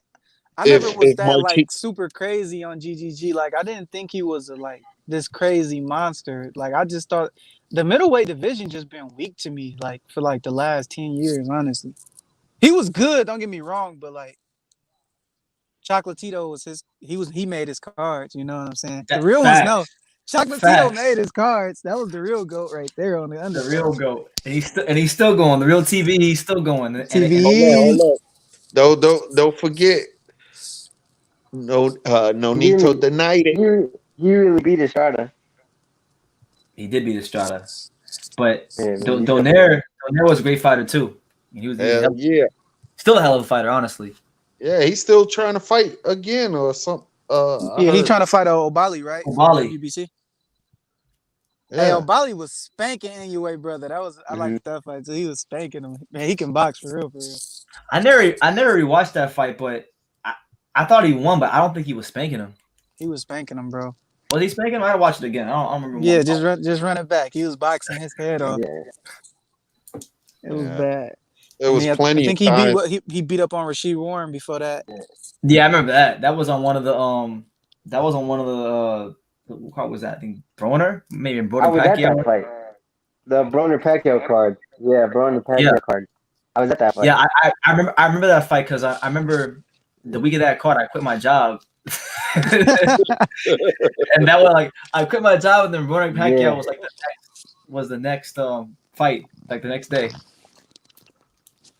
Yeah. So I remember The reason he quit his job was because I gave him like some fights, and he was like, I don't know any of these guys, and I was like, oh, these are gonna be great fights. And then DT basically just looked and said, hey, you know what? I don't know these guys, but I'm gonna quit my job and I'm gonna find out. And then he actually quit his job. that was funny. Yeah, like Johnny, because me and Johnny, he calls me a lot, and he says, he starts naming all these cards. I'm like, because I was working a lot of hours. I used to work in Publix. I don't know if you guys know Publix is, but it's like a supermarket chain in the South. And I used to work in the deli. I used to cut meats and stuff, make sandwiches and whatnot. I had the hairnet and everything. And I remember he would call me, and I was working a lot of hours at the time. He'd call me, he'd tell me about all these fights. I'm like, who is that? And I said, I'm like, what's happening to me? That's it. We're out of here. Insurrection. That's right. Man. Well, who y'all think who y'all think about to come out on top at 122? What do you think, Johnny? At 122, I'm biased. I'm gonna leave that. I'm gonna leave that for y'all to say. But you know, I'm biased. Yeah, I got homies in that division. So he's gonna say Angelo Leo because that's his friend. Well, we better rivals then, because I was picking. I was Stephen Fulton all the way. Nah, I'm still Team Angelo Leo. I think we'll be champion again. I was hey, True School, you already know. I was in your comments with the Fulton talk every day. Oh man, I got lit up. Like when Angelo lost that fight, I was getting lit up. I'm like, oh Lord, this is bad. This is really bad. Look, I was telling people, I was like, Fulton really had a hard way up. Like Adam Lopez and Alvalar, and I remember when he beat up what's the pillow boy that was getting hyped up on ESPN. Joshua Greer? He beat up. He did early in his career. He did like in his seventh fight, or whatever it was. Yeah, he had some good wins. A lot of undefeated prospects on his way up, and it's just he could box, he could stand in the pocket. Nazim Richardson did a good job with him, bro. He did a real good I job. give him that. R.I.P. Nazim, great trainer. I had a chance to meet him once. Nice guy. Yeah, Angelo Leo, How do you Leo, see him not bad. matching up with Akmadali? I heard he Nah, fighting the Angelo winner. be champion again. Neri versus Figueroa is Fulton supposed to fight the winner of that. Neri versus Figueroa. Yeah, it's a whole PBC thing because Neri Yeah, fight Figueroa on the I don't know, Andy man. Ruiz card, and then Fulton gonna fight the winner. I want to see how Fulton would do it. Neri, if Neri gets to use his special performance, Enhancing drugs. Yeah, if he uses the drugs, man, he gonna be something. That man be hitting like Julio Cesar Chavez off the drugs, bro. He's gonna be like freaking Prince Nassim Hamed. Since you from Detroit, can you tell me something about that? I don't know if you've ever been to the Kronk gym or you know anything about man Stewart, and run me down some history about Detroit boxing because I know Detroit got a rich boxing background, and I don't really know much about Detroit boxing background. Like I know fighters, but I want to like know the deep history of it. So like if you can give me like a quick rundown, that'd be dope. I don't even think I'm the right person to get you. I don't even think I'm the right person. You have to say, well, you have to sit with my pops. He did have me in the living rooms watching Tommy Hearns beating the shit out of Duran. Hey, well, you know what, Johnny? He may not be the right person, but I am. I'm the right person because in South Florida, a lot of the trainers and people that were at the Kronk, they're in South Florida, and I spent. Yeah, they left. Like the boxing here not like what it used to be. Yeah, I mean, I know Sugar Hill goes up there sometimes and he works at some gyms, but you're right because I talked to a fighter from Detroit that was training here. Detroit used to have wars. You said used to have wars? Yeah, they used to have wars up there in Detroit, like when they would go sparring and stuff. I know people that was at the Kronk. Yeah, I knew people that was sparring over there at the Kronk gym, and they just told me that it'd be wars all the time. It'd be to whoever quit. I think every gym has their own private session wars.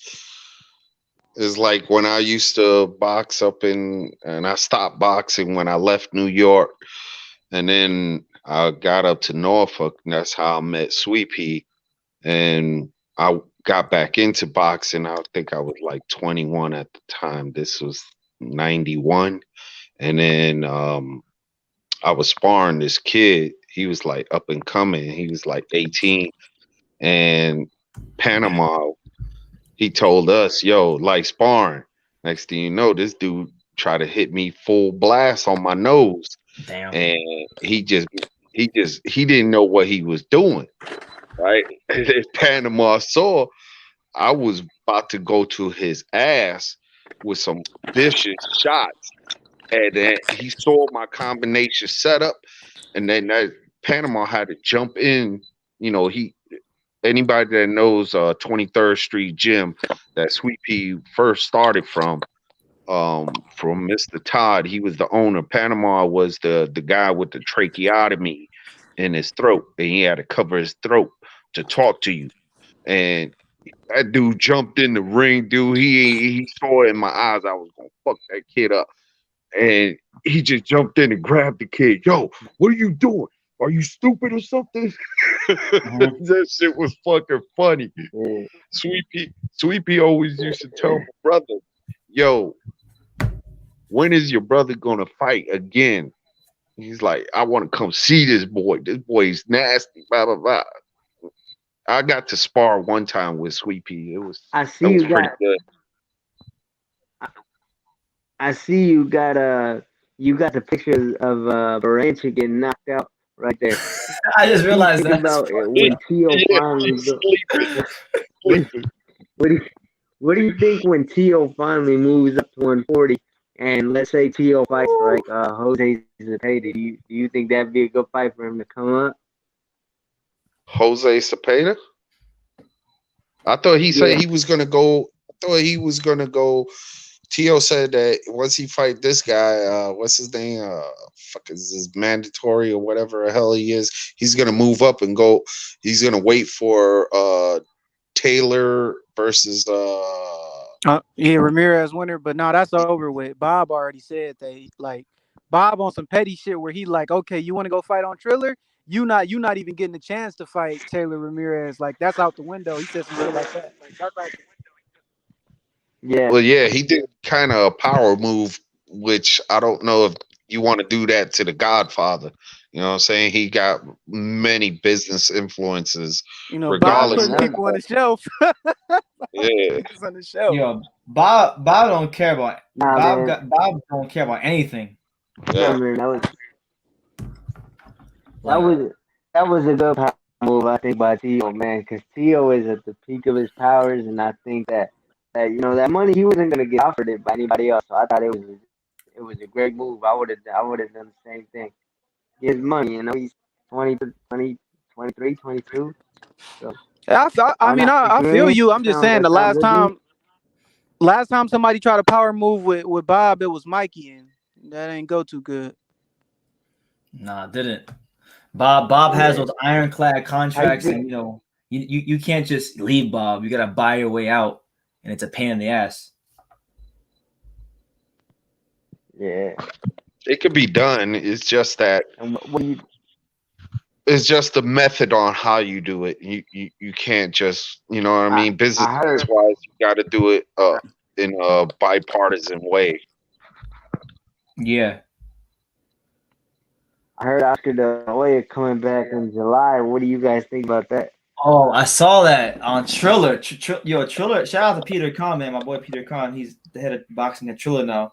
Triller taking over boxing. Yeah.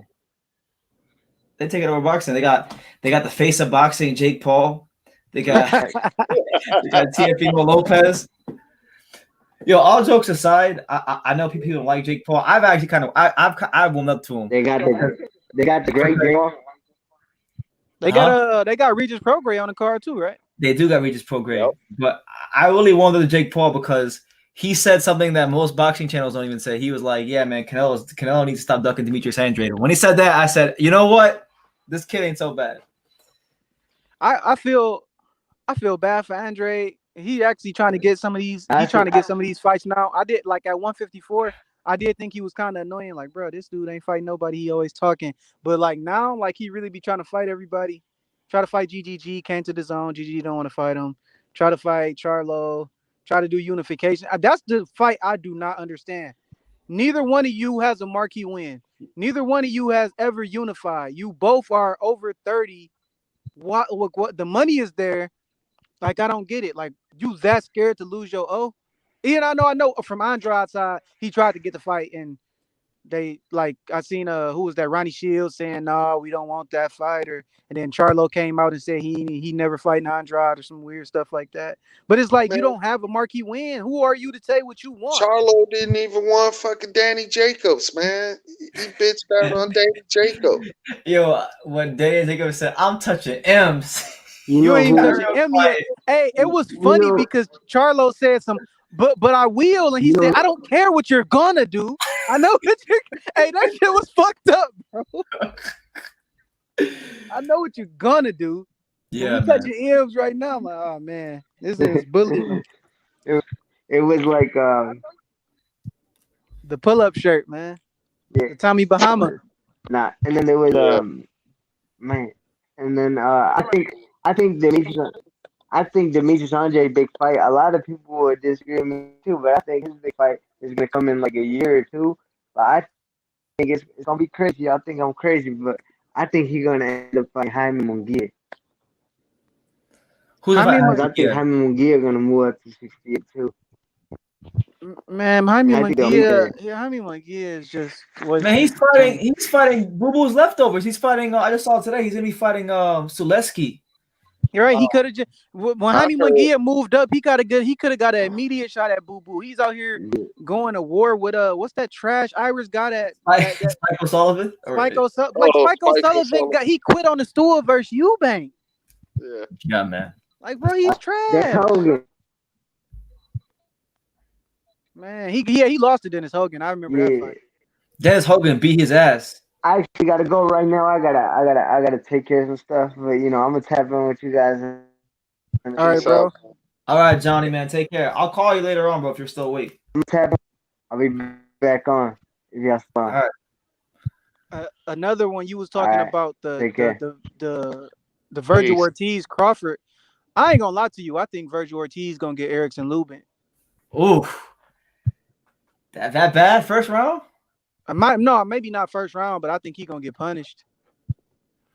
That's that. I can see it happening. I just don't think he's ready for the fight. But I don't care if he want to jump. I didn't care that Lubin wanted to jump in. I like Lubin. I didn't care that he wanted to jump in and risk it all young. Like, who cares? Yeah, You and can now come back.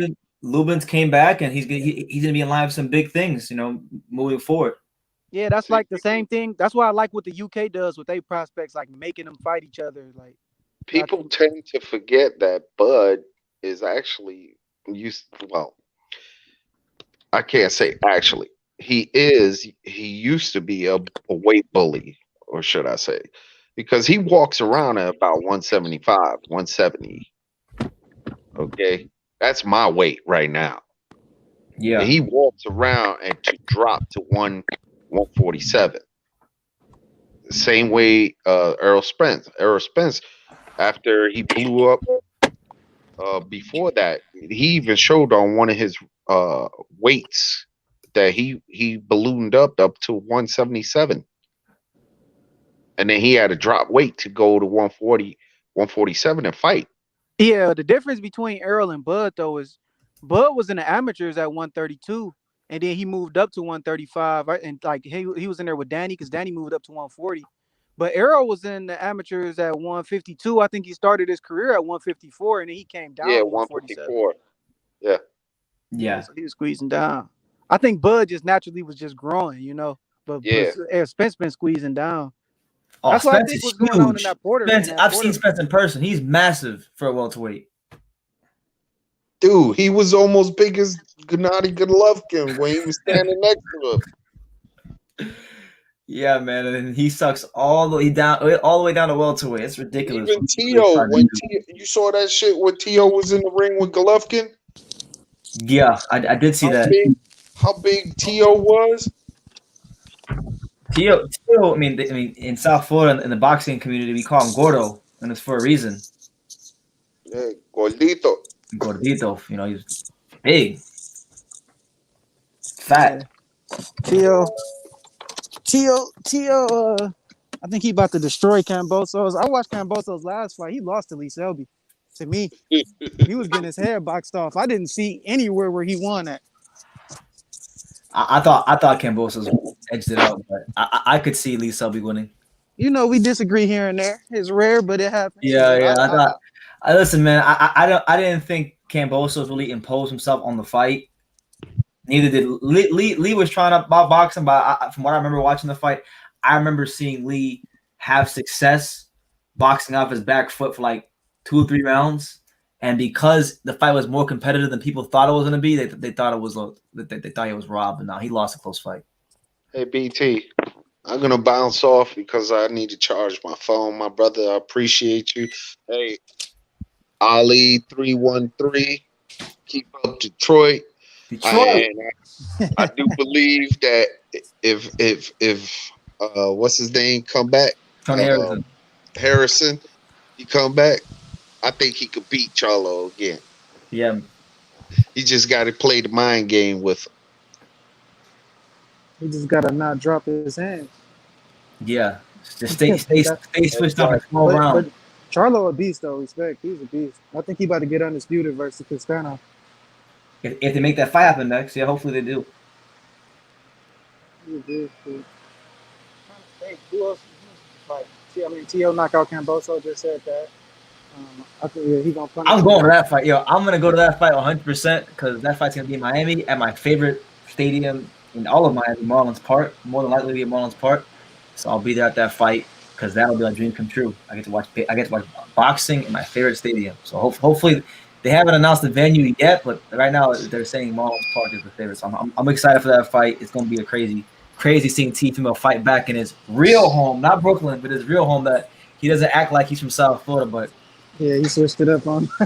No, it's weird. It's weird because like he calls himself El Brooklyn, this, that, and the third. Man, he's about as much from Brooklyn as I am from Kansas. This guy grew up in Pembroke Pines, Florida. He's training at the Davy Powell. Ask anybody, they'll tell you. There's pictures of him in South Florida gyms when he was a kid. His whole life, but all of a sudden he's Brooklyn. He want that New York money, man. You seen Miguel Cotto selling out the MSG. He want that New York money. Well, guess what? New York's not doing any fights no more because of COVID. So now he gonna be a South Floridian. Now that New York is closed because of COVID. Hey, is there any truth to that? They talking about Keith Thurman and Berto down there? I haven't heard anything about that. Oh, I kept seeing like all this posts like Keith Thurman comeback fight Berto. Nothing would surprise me from PBC. I know in the past there was a point in time where people asked about fighting Berto, and I think Thurman one time, like 4 years ago, he said that if he was going to fight Berto, they'd have to throw a crazy amount of money out at him because Andre Berto was like one of his like idols when he was a kid in boxing. Like that was one of the guys he looked up to. Berto, I watched a lot of his fights too. Slotello says Anthony Joshua is currently in Miami training. Dude, go find him an interview. I'm not in Miami. See, that's what happens. The minute I left South Florida, everybody decided they want to come to South Florida. Rolly come to South Florida. Everybody comes to South Florida once I leave. They ducking me. Where you at now, bro? I'm in Dallas, Texas. You still? Oh, I thought you just went out there for the Chocolatito. No, I'm here. I'm here for a little bit of time. Oh, like working, living? I don't know. I can't really say I'm living here, but I'm here right now. It's a week to week thing. Motherfucking in transit. Pretty much, yeah. Like everybody keeps asking me, like, BT, are you living in Texas? I said, no, I'm on an extended business trip. Crazy. You like it down there? You know, I used to live in Texas. I used to live in Texas like in 2014. I didn't like it when I lived here, but like last 7-8 months, I've been coming here back and forth. I'm really starting to like it. I would live here. I would live in Texas. They got a lot of job opportunities, a lot of money, like the housing. And the thing I like about it is it's like right in the middle. So like California is not too far from Texas, and Florida is not too far from Texas. So I can go to LA. Yeah, and even Vegas not that bad of a flight from there, right? No, it's not. You Vegas catch right all there. of the good fights. All the fight fan. That's love for the fight fan. That's what I'm saying, man. So I think it might be a good business decision to move out here soon, but I'm gonna have to be patient with that one and really pray on it. You know, yeah. I'm not sure. It's definitely a consideration for me too once I finish school. Yeah, where you going to school at, man?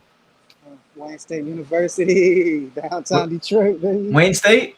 Yeah. Ooh. Okay. Shout out to Wayne State. You know, gotta graduate from the city, then I can leave after that. I feel you, man. I respect you, man. I never went to college, so I respect people that stay there for 4 years to get the degrees. Even though it wasn't for me, but I respect people that has that patience. We the same age. I was freaking. I was at a point where I was like, man, I don't think I want to do it. And then I was like, I'm finishing late. Like, you know what I'm saying? I'm 26, so I'm finishing late. No, you out on time. You good. You out where you need to be. Well, yeah. Well, I mean, of course, we know that, but you know, in comparison to most people. Yeah, the Western standards, like you got to do everything before it's like, you know.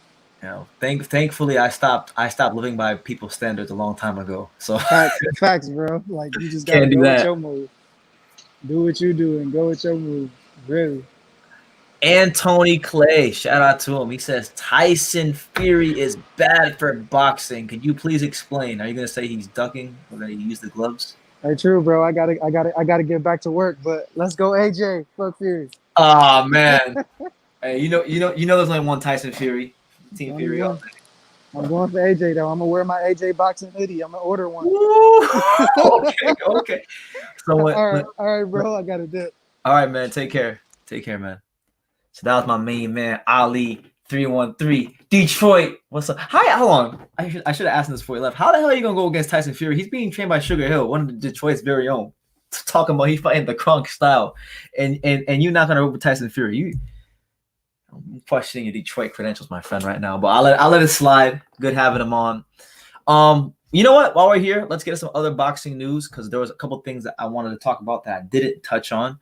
Let's talk about it, man. Chocolatito, Gallo Estrada. You know, they're talking about the third fight. They're talking about the trilogy. The biggest fight at 115 is the real TBE and Gallo Estrada.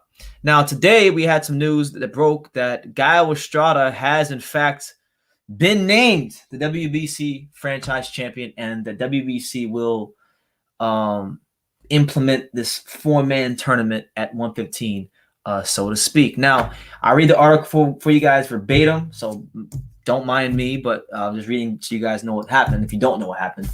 But the article says, I quote, a ruling handed down by the WBC declared that Gaio Estrada is its franchise champion in the 115-pound division, thus freeing him from a mandatory title defense. So what does that mean for Rungvisai? Well, that means Rungvisai is getting put on ice. Rungvisai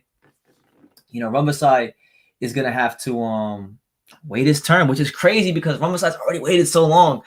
But you guys know how the WBC works. They have rules, but they have things in place to bend and break and maneuver and slip and dodge and move and block and parry and slip, all of their own rules. And one of those things is the WBC franchise champion, which prevents the franchise champion from having to make a mandatory title defense. So Gaio Estrada is the franchise champion, which means that Rungvisai is left in limbo and that he will more than likely be fighting Carlos Cuadras in a rematch. That's what was stated in the article. So that's just what it is right now.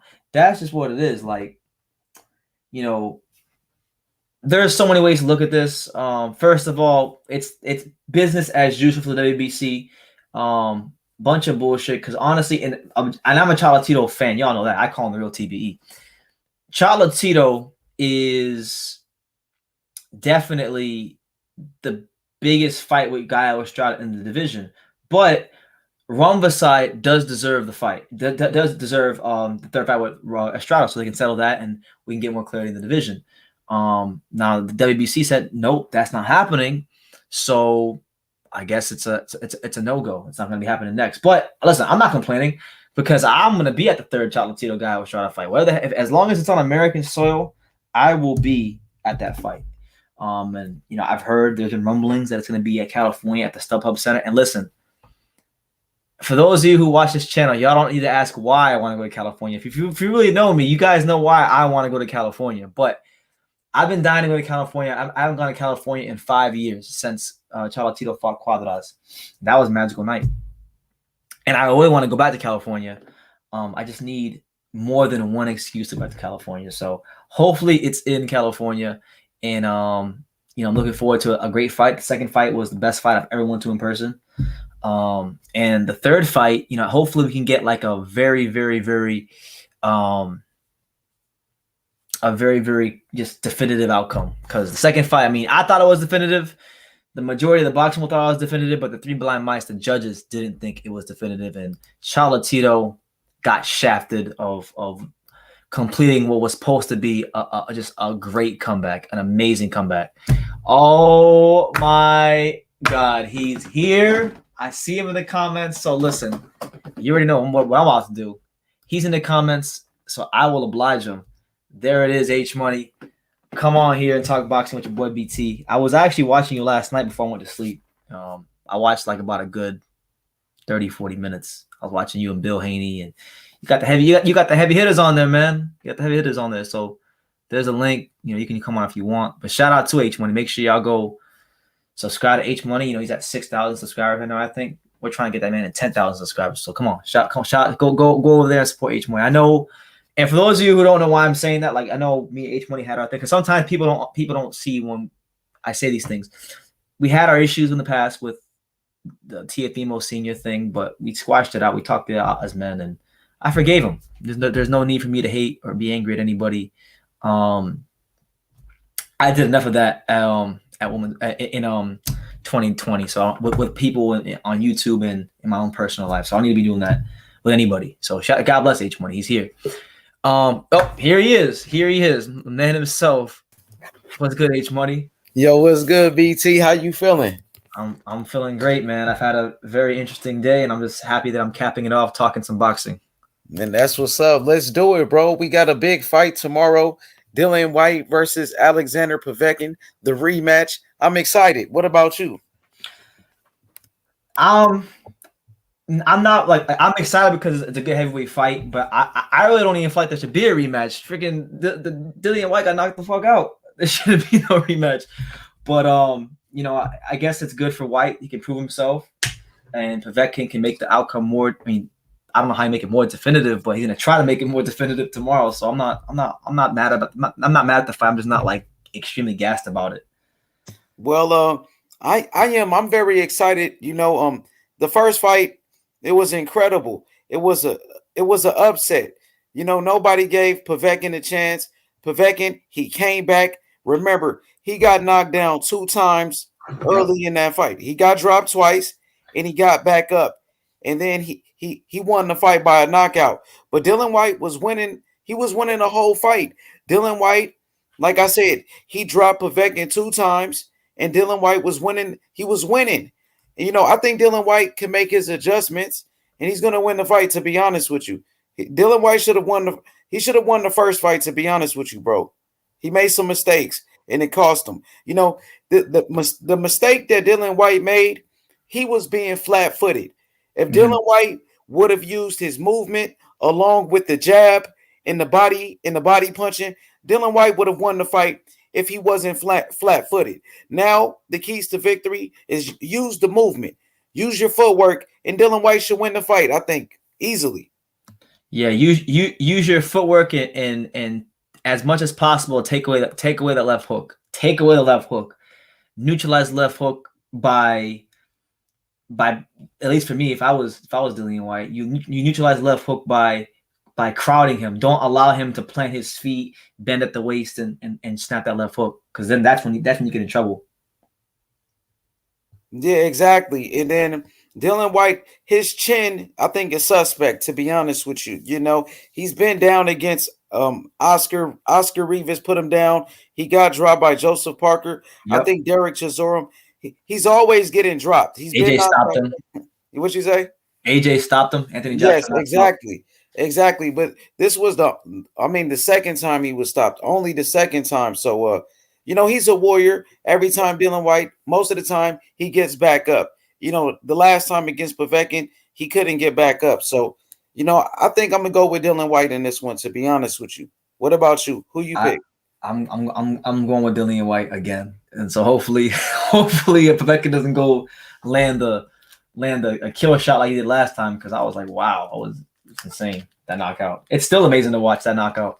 Man, you've been going to all the big fights. I saw you last week, man, at the Vergil Ortiz fight, man. You had some good seats to that one. I had a blast, I saw you had some good seats. I had a blast. I did have some good seats. I mean, I was so close that like literally if I was like in row 10 or 12. All I had to do was go down to the first row, and like they didn't have nobody sitting in the first row because of COVID. They had like the whole row sectioned up, but you can still go down there like when the fighters came off the entrances. So I can go right there. Like I saw Maurice Hooker walk right by me on the way to the ring. Like Vergil Ortiz walked right by me on the way to the ring before they fought. And like the intensity is like, it's crazy, man. Like sometimes you don't even understand like the intensity of like what's actually going on until you get that close to it. It was like, wow. Like, so I mean, you go into all these fights, man. Are you have you taken the vaccine? I have not taken the vaccine. Will you?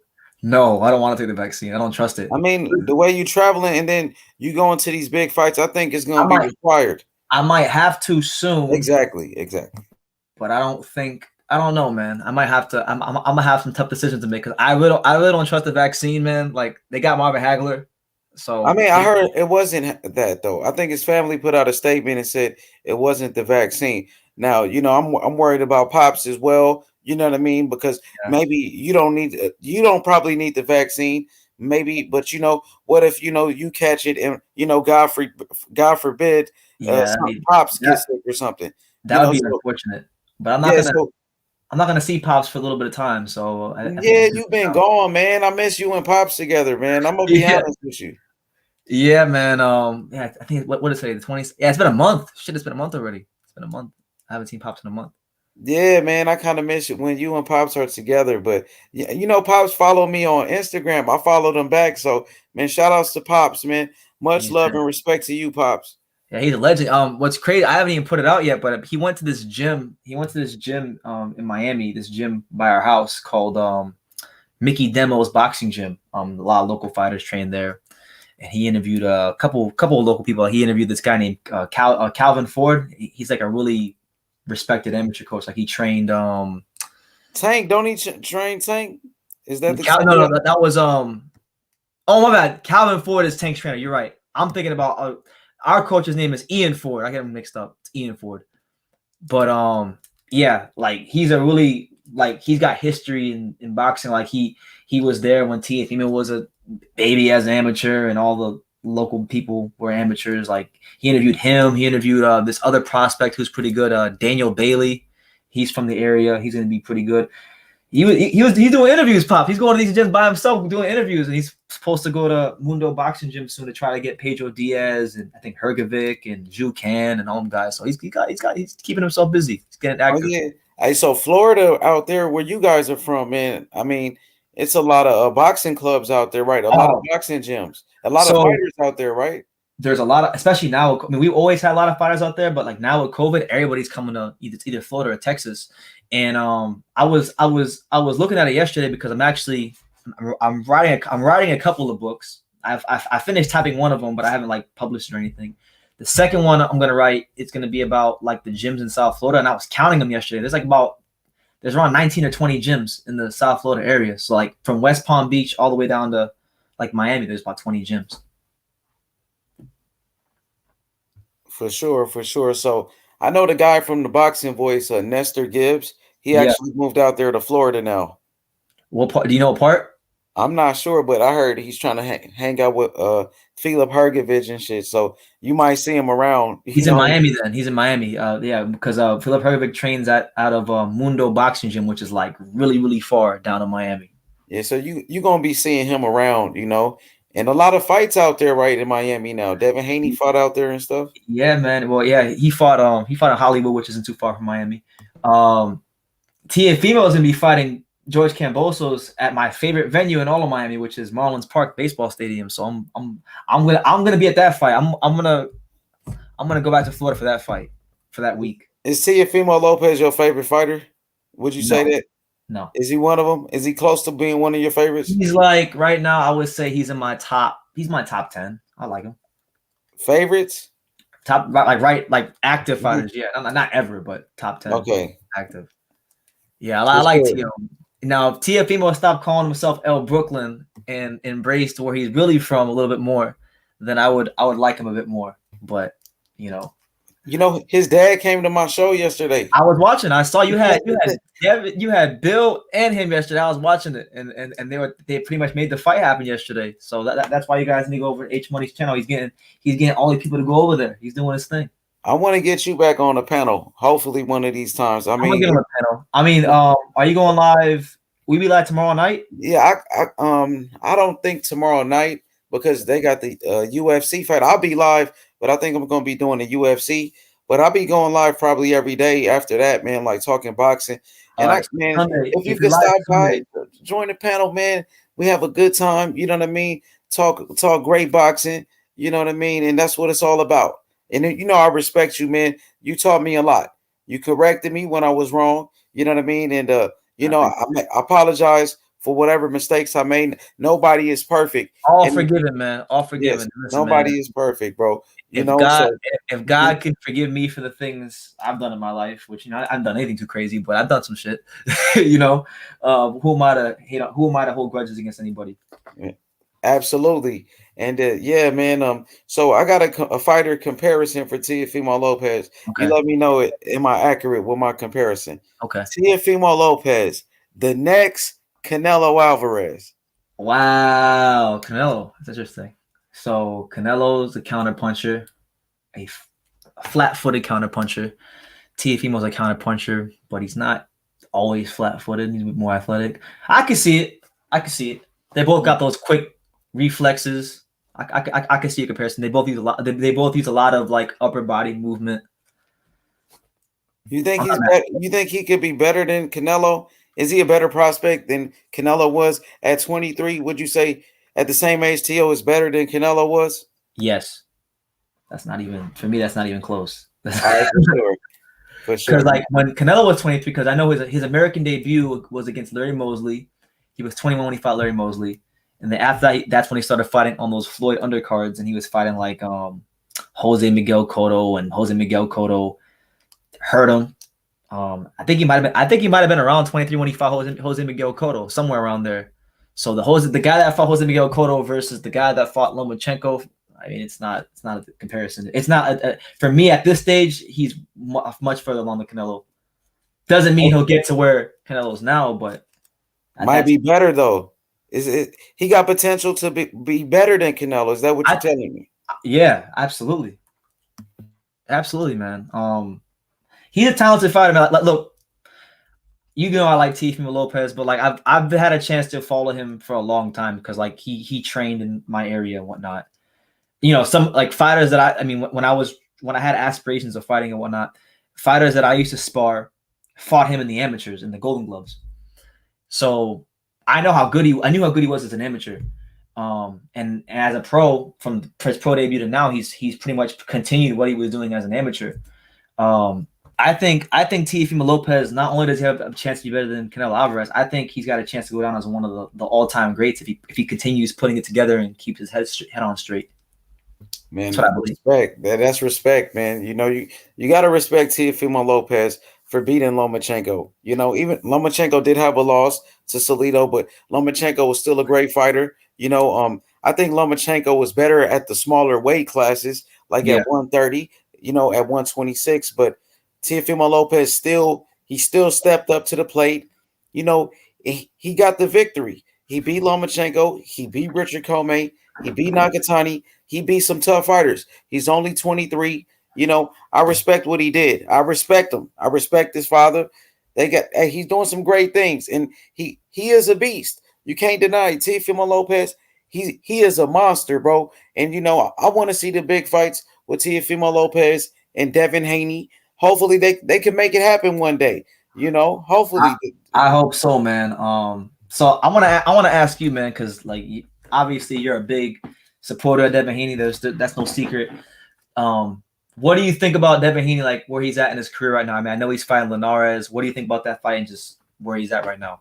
Yeah, I like that fight right there. Linares, he's a former champion. I believe a 2-division or 3-division world champion. Which one is it? Is it 2 or 3? I believe it was 3. 3. Okay, Linares, of course, you know, he's been in some big fights with Vasily Lomachenko. He was able to knock down Vasily Lomachenko. He was very competitive. Even Teofimo Lopez wasn't able to drop Lomachenko. And also, you know, he beat Luke Campbell. Jorge Linares beat Luke Campbell.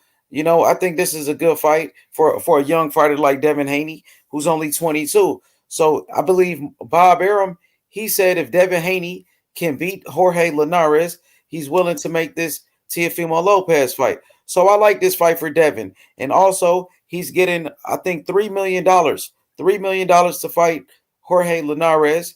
That's a great payday. Great money. Go ahead. So that's great money.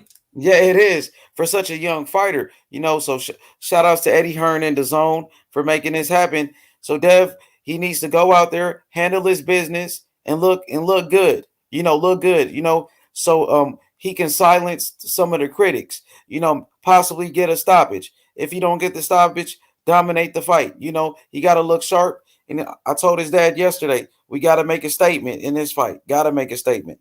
Yeah, and I think in the fight with Linares, I mean, Linares is a fantastic fighter. You know, once a world champion, but he's never been known for his durability or his chin. So I feel like if there was ever a fight for Devin Haney to put an exclamation point against an opponent, a notable opponent, it's got to be this one, because Devin Haney, he may not be a hard puncher yet. I think in time his punching power will get better because he's going to grow into his man body and his man strength. But he's a sharp puncher. He's very sharp. I mean, his punches get from point A to point B very fast, very quick, very precise. And you don't always got to be a hard puncher. Sometimes most of the time it's actually it's better to be a precise puncher than it is a hard puncher, and he's a precise puncher. Yeah, absolutely. And Devin Haney, he has skills. Now we're talking punching power. I know Devin Haney, he had a very good knockout against Antonio Moran. Antonio Moran, he showed off the power. So also now we talking as far as punching power. I know that Andre Ward was considered to be a very good boxer, but he wasn't a great puncher, but Andre Ward was able to, have a great career. We know that Tyson Fury, people make fun of Tyson Fury. Oh, he's pillow fisted Tyson Fury. Yeah, but Tyson Fury is a great boxer. Dominated Deontay Wilder, ultimately stopped Deontay Wilder. So, I mean, when people say no punching power, I think that skills wins fights. And I think Devin Haney got the skills. He definitely got the skills, bro. You know what I mean? No, there's no doubt about that. All you gotta do is just go look at his amateur resume, the fighters he beat in the amateurs, the sparring he's had since he was a kid. I mean, he's definitely ready for that top level. I just think for boxing fans, like myself included, we want to see Devin Haney in those big time fights because that's what he's been groomed to be in since he was a kid. And sometimes I think we forget Devin's only 22 years old because we've been seeing him since he was like 17, 16 years old. So I'm hoping he looks good against Linares, and I'm hoping they can make that fight with Teofimo Lopez in Miami, the new mecca of boxing.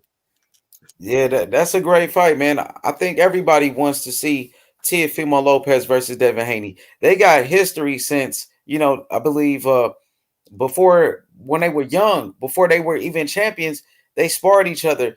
And Teofimo Lopez, he used to always talk shit about Devin Haney, doing interviews saying, I beat Devin Haney in sparring. That's how I found out who Teofimo Lopez was, because he was doing all these interviews about Devin Haney. And, he ended up becoming a champion, so he kept fighting. He beat Lomachenko. And now it's like, T.O. he's the man. Now it's like he's the guy. But he came up, I like the way he came up on ESPN. I remember he knocked out Antonio Moran, and that's when they first start putting ESPN on, boxing on ESPN. That's when they first start doing that. About Devin Haney? Teofimo Lopez. Remember, because he was fighting. Didn't fight Antonio Moran. That was Devin Haney. Teofimo Lopez. Yeah, dang. The dude, what's his name? The other guy. What's Magdaleno? It was another dude. They got a common opponent. William Silva, Magdaleno. He fought Mason Menard. His name Mason Menard. There you go. Yeah. Oh Teofimo Lopez knocked out Mason Menard. He had him doing the Heisman with the right hand. Yeah, you remember? And it was like, dang, that made him a star, I think. Like, because it was like on the it was the day of the Heisman, and everybody was watching it. So that dude became a star, man. Like right in front of our eyes on ESPN. So it shows that boxing is boxing is big on ESPN right now. Everybody's watching it. It absolutely is. By the way, I want to give a shout out to one of South Florida's very own, like myself, Minimax Boxing. Make sure y'all go subscribe to Minimax. The kid is like, was it 15, 16? Freaking smarter than most people on here. Yeah, Mason Menard. T.O. knocked him out, bro. T.O. was knocking out a lot of people. And then T.O. knocked out Richard Comey. So people like knockouts, bro. And he was giving people knockouts. Yeah, devastating ones too. Especially the one that sticks out to me is the Magdaleno one, because he threw them punches with some bad intentions, because apparently Magdaleno said some things about Honduras and he was mad about that, and he put all of his anger into that left hook that stopped Magdaleno. I don't think he'll be able to land those shots on Devin Haney. That's the thing, because Devin be moving. So he got to set up those shots. Yeah, I think with Devin Haney, what's going to be a problem for T.O., what would be an advantage for Devin, I think his reach, his combination of reach and speed, that's his advantage. His disadvantage would probably be, I would say, and it's only a disadvantage right now, his lack of punching power. And I would say sometimes when Devin Haney throws punches, like more than 2 punches, he has a tendency to fall off balance. So there could be possibilities in that fight where Teofimo Lopez lands some hard counter punches. So I think it's a great matchup, man. I think they both have their strengths and weaknesses that they can exploit. When I think about Devin Haney versus Teofimo Lopez, I look at it like like the fight can go like certain type of ways. It can go like Mayweather versus Canelo, or it can be like Andre Ward versus Kovalev won their first fight. And then we'll see if Teofimo Lopez being the power puncher like Kovalev, and Devin Haney being like Andre Ward the boxer. Or could it be like Sugar Ray Leonard versus Roberto Duran the first fight, where Roberto Duran was able to apply pressure, and get the win? Or will it be like the rematch where Sugar Ray Leonard outboxed him? The fight can go. I mean, what do you think about those scenarios? Or you think it'll be different? Or will it be like, so many different ways, man? I don't know. How you think it ends? How do I think it ends? Oh man, you put me on the spot. Keep it real. It's cool, bro. Yeah. I think it depends on when they fight. If they fight like their next fight, I'm gonna go with Teofimo, just because I think Devin's very good, but I don't think Devin has the top. He needs a bit more experience against like those top names under the lights. I think Teofimo Lopez would probably, if they fight next, he'd probably win like a close decision. I could see a split or a majority. I think he'll beat Devin Haney, counter punching him. I think he'll get his respect whenever he hits him. And I think Devin is gonna go. I think Devin's gonna have a hard time dealing with the speed and the reflexes as far as the counter punching, because from what I've seen from Devin, he does everything technically very good, but he has this one habit where he falls off balance sometimes when he throws more than 2 punches. And I could see that being a big problem for him if they fight. Now, if they fight like 2 years from now, then I think it's a pickle. I think Devin. I think maybe even 2 years from now, you might even favor Devin, just because if he matures and gets some power with the range and the speed, then you're gonna have Teofimo Lopez's boxing skills tested, and nobody in the professionals has, aside from Leonid Lomachenko for the last half of that fight, has tested the boxing skills of Teofimo Lopez. So can Teofimo Lopez, can he box on the same level technically with Devin Haney? That's the question I would have for Teofimo. I mean, I know he won the Olympic trial for Team USA, and then they had Carlos Balderas pre-picked to represent Team USA, so he didn't get that chance, and he had to fight for Honduras. But he has the amateur pedigree, but could he do it against a Devin Haney? That's the question. So right now, Tio, a year and a half, 2 years from now, I would say it's a pickle. It's a great fight, man. You got to respect both fighters. Hopefully the fight can happen very soon. And I think, it's going to be one of the biggest fights in boxing. And I'm looking forward to it. When I watch Devin Haney fight, he reminds me of, I would say about two fighters, bro. I see, a young Floyd Mayweather.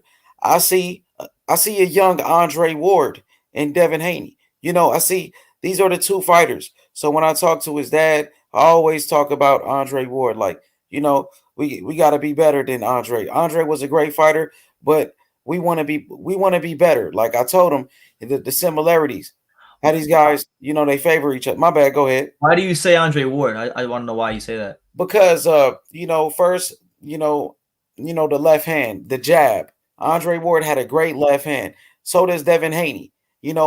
Great footwork. Very disciplined. And also the inside fighting. I've seen like in certain fights where Devin Haney, he showed that he could fight on the inside. And Andre Ward, he was a great inside fighter. And they both from Oakland as well. And also, Devin Haney, I think he trained with Vergil Hunter. And Vergil Hunter, he trained Andre Ward. And Vergil Hunter actually mentored Bill Haney. He was one of Bill Haney's mentors. So I think Andre Ward, and some people say Andre Ward was feather-fisted. He had no power, but Andre Ward knocked out Kovalev in a rematch. And remember, Andre Ward. I was at that fight. Yeah, man. Yeah. Andre Ward was my favorite fighter at that time, and especially even before the Super 6, around that time when he was fighting on Showtime. I remember, man, I love watching Andre Ward fight, and I see a lot of similarities with Devin Haney. Like I said, the left hand and the boxing skills and the inside fighting. So, hopefully Devin Haney can be a great champion like Andre Ward. But like I said, people say Ward didn't have power. He knocked out Kovalev in the rematch. He stopped him, right? TKO. Yeah. Also, he stopped Mikhail Kessler, and he stopped Chad Dawson. so he stopped Chad Dawson. So, you know, like I said, Tyson Fury doesn't have power, but Tyson Fury stopped Deontay Wilder and punished him. And I think Devin Haney, he has some similarities to Tyson Fury as well with his boxing skills. Well, what do you think about that? Just that style of fighting. Just the style of fighting with the You're saying like a fighter who is not known as a hard puncher but still has the ability to knock you out. Yeah, like I mean, something like that where, you know, just a superior boxer. I think that's what Devin Haney is. He's a great boxer like Fury. It goes back to my statement earlier. It's like a lot of people get caught up with power, and having power is a good thing. But Devin Haney's a precision puncher, which I always think in boxing it's better to be a precision puncher than a power puncher. And like Andre Ward, precision puncher. Tyson Fury with Sugar Hill Stewart, precision puncher. These are guys that punches are sharp, they're crisp, they get from point A to point B very quickly, and they're not sitting there loading up, throwing everything off their back foot or turning the hip into everything. They just touching you, and it's coming quick from different angles. So you gotta really watch out for those kind of fighters. You know, power doesn't mean anything if you can't land it or if you can't set it up. So yeah, absolutely. But you know what I'm trying to say is that Tyson Fury is a great boxer. He's a phenomenal boxer. You know, the best heavyweight in the world, bro. I mean, what do you think about Tyson Fury versus Anthony Joshua? I'm going with Tyson Fury, bro. Tyson Fury is going to beat the brakes off Anthony Joshua. I've been saying he's going to stop Anthony Joshua, especially now with Sugar Hill Stewart in his corner. Sugar Hill's going to have him walking him down. I don't think it'll be like the Wilder fight. I think it'll be a bit more patient in the earlier rounds of the Joshua fight, but at some point in time, he's going to go in there and walk him down and get him out of there. Bro, how good is Tyson Fury? I mean, how good do you think he is? I think Tyson Fury right now is the only heavyweight fighting that I believe could have competed in the 90s. You think how do you think he would have did with guys like Mike Tyson, Evander Holyfield, Lennox Lewis, Riddick Bowe?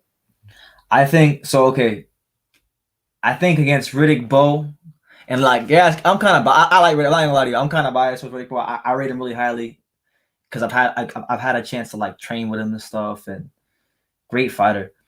I think Riddick Bowe would stop Tyson Fury in the later rounds because Tyson Fury. Well, it depends on which Tyson Fury. If it's a Tyson Fury we know right now, the one that comes forward and from the Wilder fight, I think that guy would get beat up by Riddick Bowe because he'd be right there with Bowe fighting on the inside, and Bowe was a masterful inside fighter. I could see Tyson Fury getting clipped one of them uppercuts like Evander Holyfield did. So I would say Bowe stops Tyson Fury. Holyfield, that's an interesting one. I think Tyson Fury would win a close decision in that fight. Evander would throw a lot of punches. He would probably even stagger or hurt Tyson Fury. I wouldn't be surprised if he dropped him. But I think Tyson Fury's stamina, his size, his durability wins that fight. Lennox Lewis, honestly, this might sound crazy, man. I think Tyson Fury would have beat Lennox Lewis. As crazy as it sounds. Lennox Lewis, as great as he was a very vulnerable fighter. You know, we saw he eventually avenged the losses, but like we saw when he fought Hasim Rahman and Oliver McCall, fighters that were at the time they were solid contenders, but like they weren't special fighters, nothing like that. I think Lennox would be very frustrated by Tyson Fury's size because Lennox would have to punch up, and it's always there for a fighter who's used to being taller, and Lennox was a bigger heavyweight in his era. It's always there for a fighter who punching up than it is punching straighter down to a smaller opponent. So I think Tyson will win that fight by decision. And then you said Mike Tyson. Oh my God, that's a tough one because Tyson always Fury struggles with shorter fighters.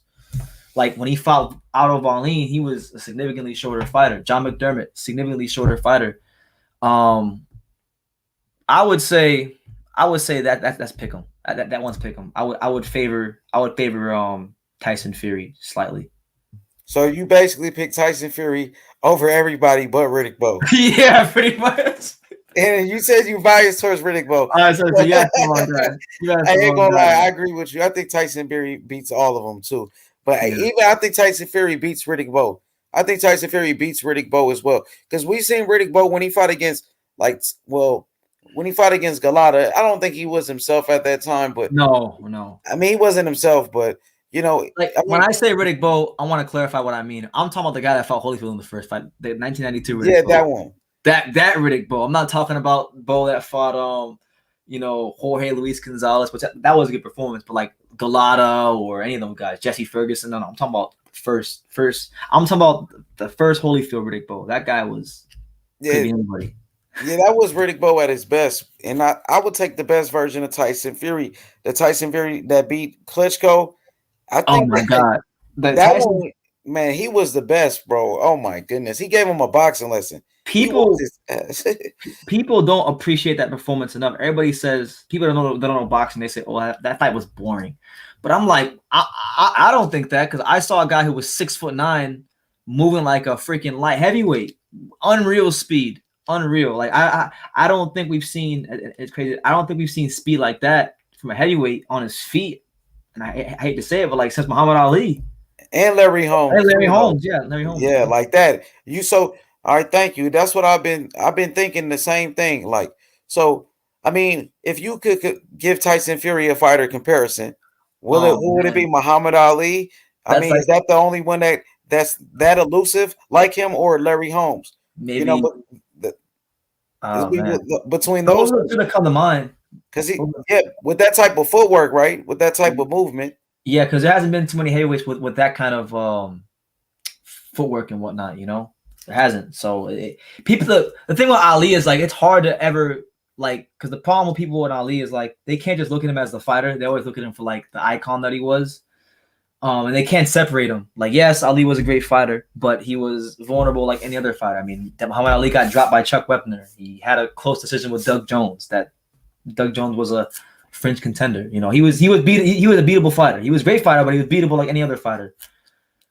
Tyson Fury reminds me of Muhammad Ali, like footwork wise, the way he moves. I agree with you, man. And his last performance against Wilder, oh my God, bro, that was like it was amazing what I've seen. The way he just punished Wilder, like, and the way his game plan, and then the way Tyson Fury, he was able to just walk him down. The inside fighting by Tyson Fury, the feints by Tyson Fury. He manhandled Deontay Wilder in there, bro. You know what I mean?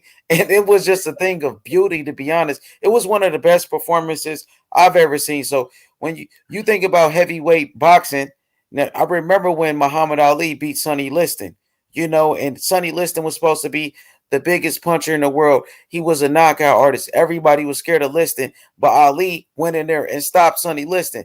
And Muhammad Ali did it again against George Foreman. When they were saying George Foreman is going to kill Ali, the same way they were saying Deontay Wilder was going to kill Tyson Fury. And guess what? Muhammad Ali knocked out George Foreman too. The same way Tyson Fury knocked out Deontay Wilder, bro. Tyson Fury is a beast, bro.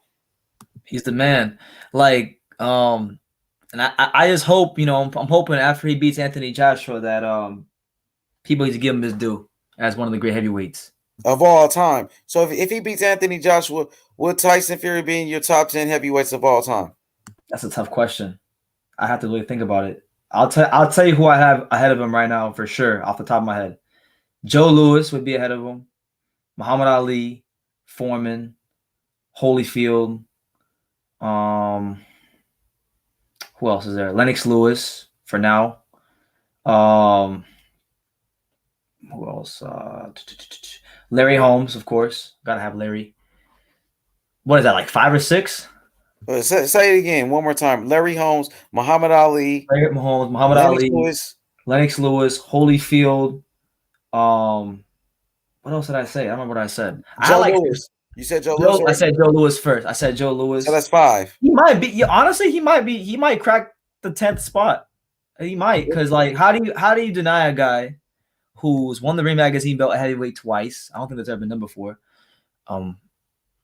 Then he beats Klitschko as the underdog when Klitschko had the longest reigning heavyweight title streak since Larry Holmes. Nobody, and I remember nobody was like, everybody was writing him off as a nobody bum from England. And then he fights Wilder twice. First fight, a lot of people thought he should have won. Some people thought he lost because he got knocked out. Second fight, he just erases all doubt, and knocks him out and wins in, to most people, what was unthinkable fashion. And then if he beats Joshua to become undisputed, the first undisputed champion since Lennox Lewis, it'll be hard to keep, in my opinion, it'll be hard with those 3 wins and the way he's gotten them to keep him out of the top 10. I don't see how you can't put him in the top 10. At least 10. I agree with you. I totally agree with that. For sure, bro. And, before I go, I want to talk about Marvin Hagler, man. Let's go. He passed away. I think he was a great champion. I think he was the greatest middleweight of all time. 7-year undisputed middleweight champion. He beat everybody from Thomas Hearns. He beat Roberto Duran, John Mugabe. I thought he beat Sugar Ray Leonard in that fight. I thought he got robbed in that fight, bro. He just was one of the greatest. Anybody else? Who else he beat that I missed? Thomas Hearns, Sugar Ray, Thomas Hearns, Roberto Duran, John Mugabe. Who else? He had that one. Well, no, he lost that fight. I was gonna say he beat when he was fighting in Philadelphia. He had that one fight with Willie Monroe's father. Willie the Worm. Willie the Worm. Yeah. He got robbed, I think, bro. Yeah, I thought he won that fight too, but a lot of people say he lost. So, what you thought about the legacy of Marvin Hagler? Man, well, I spoke on it the night that he passed away, and like it's insane to think about Marvin Hagler for me because that's actually Pops' favorite fighter. My dad's favorite fighter is Marvin Hagler. Marvin Hagler is the reason my dad loves boxing, and I love boxing because of my dad. So if it wasn't for Marvin Hagler, you could argue that I might not even be here right now. It's just like those small little things in life. But as a champion, as a fighter, I mean, he's everything. He was everything right with boxing. Everything right with boxing. I mean, this guy, like nowadays, right? You get guys like Ryan Garcia, right? Like Ryan Garcia will win a final eliminator against Luke Campbell and then say he doesn't want to fight Devin Haney, right? And these guys, and you get all kinds of fighters ducking tough fights, like Canelo doesn't want to fight Demetrius Andre. But this guy, he ran to all the smoke. He was Mr. Free Smoke. He was the original Mr. Free Smoke before Free Smoke was even a term. And I just wish, like a lot of times when I interview these fighters, I always ask them who do they like, who do they study, and I always hear the same names: Pernell Whitaker and Sugar Ray Leonard and Floyd and whatever, Pacquiao. But I always wish people would say this guy's name more, and they would look at his career more, because this is a guy that if more people in boxing emulated, had his mentality, boxing would be just better, so much better than it already is, because people will be willing to fight the best. People will be willing to put it all on the line, and I think Marvin Hagler, like if there's anything that I took from his legacy, is just the consistency. We don't have too many consistent champions in boxing no more. The discipline. His discipline and his training, he's one of the most disciplined fighters ever, and just being able to go through hell and brimstone to go in there and fight the best fighters. I love Marvin Hagler. For sure. Rest in peace to the great champion Marvin Hagler, and also Terence Crawford on your title. So let's talk about Terence Crawford. Yeah, man, Terence. I love Terence, but Terence, to me, he's on some BS, man. Terence doesn't have a lot. I think you can both agree. Terence does not have a lot of options at welterweight. Do you agree with that or no?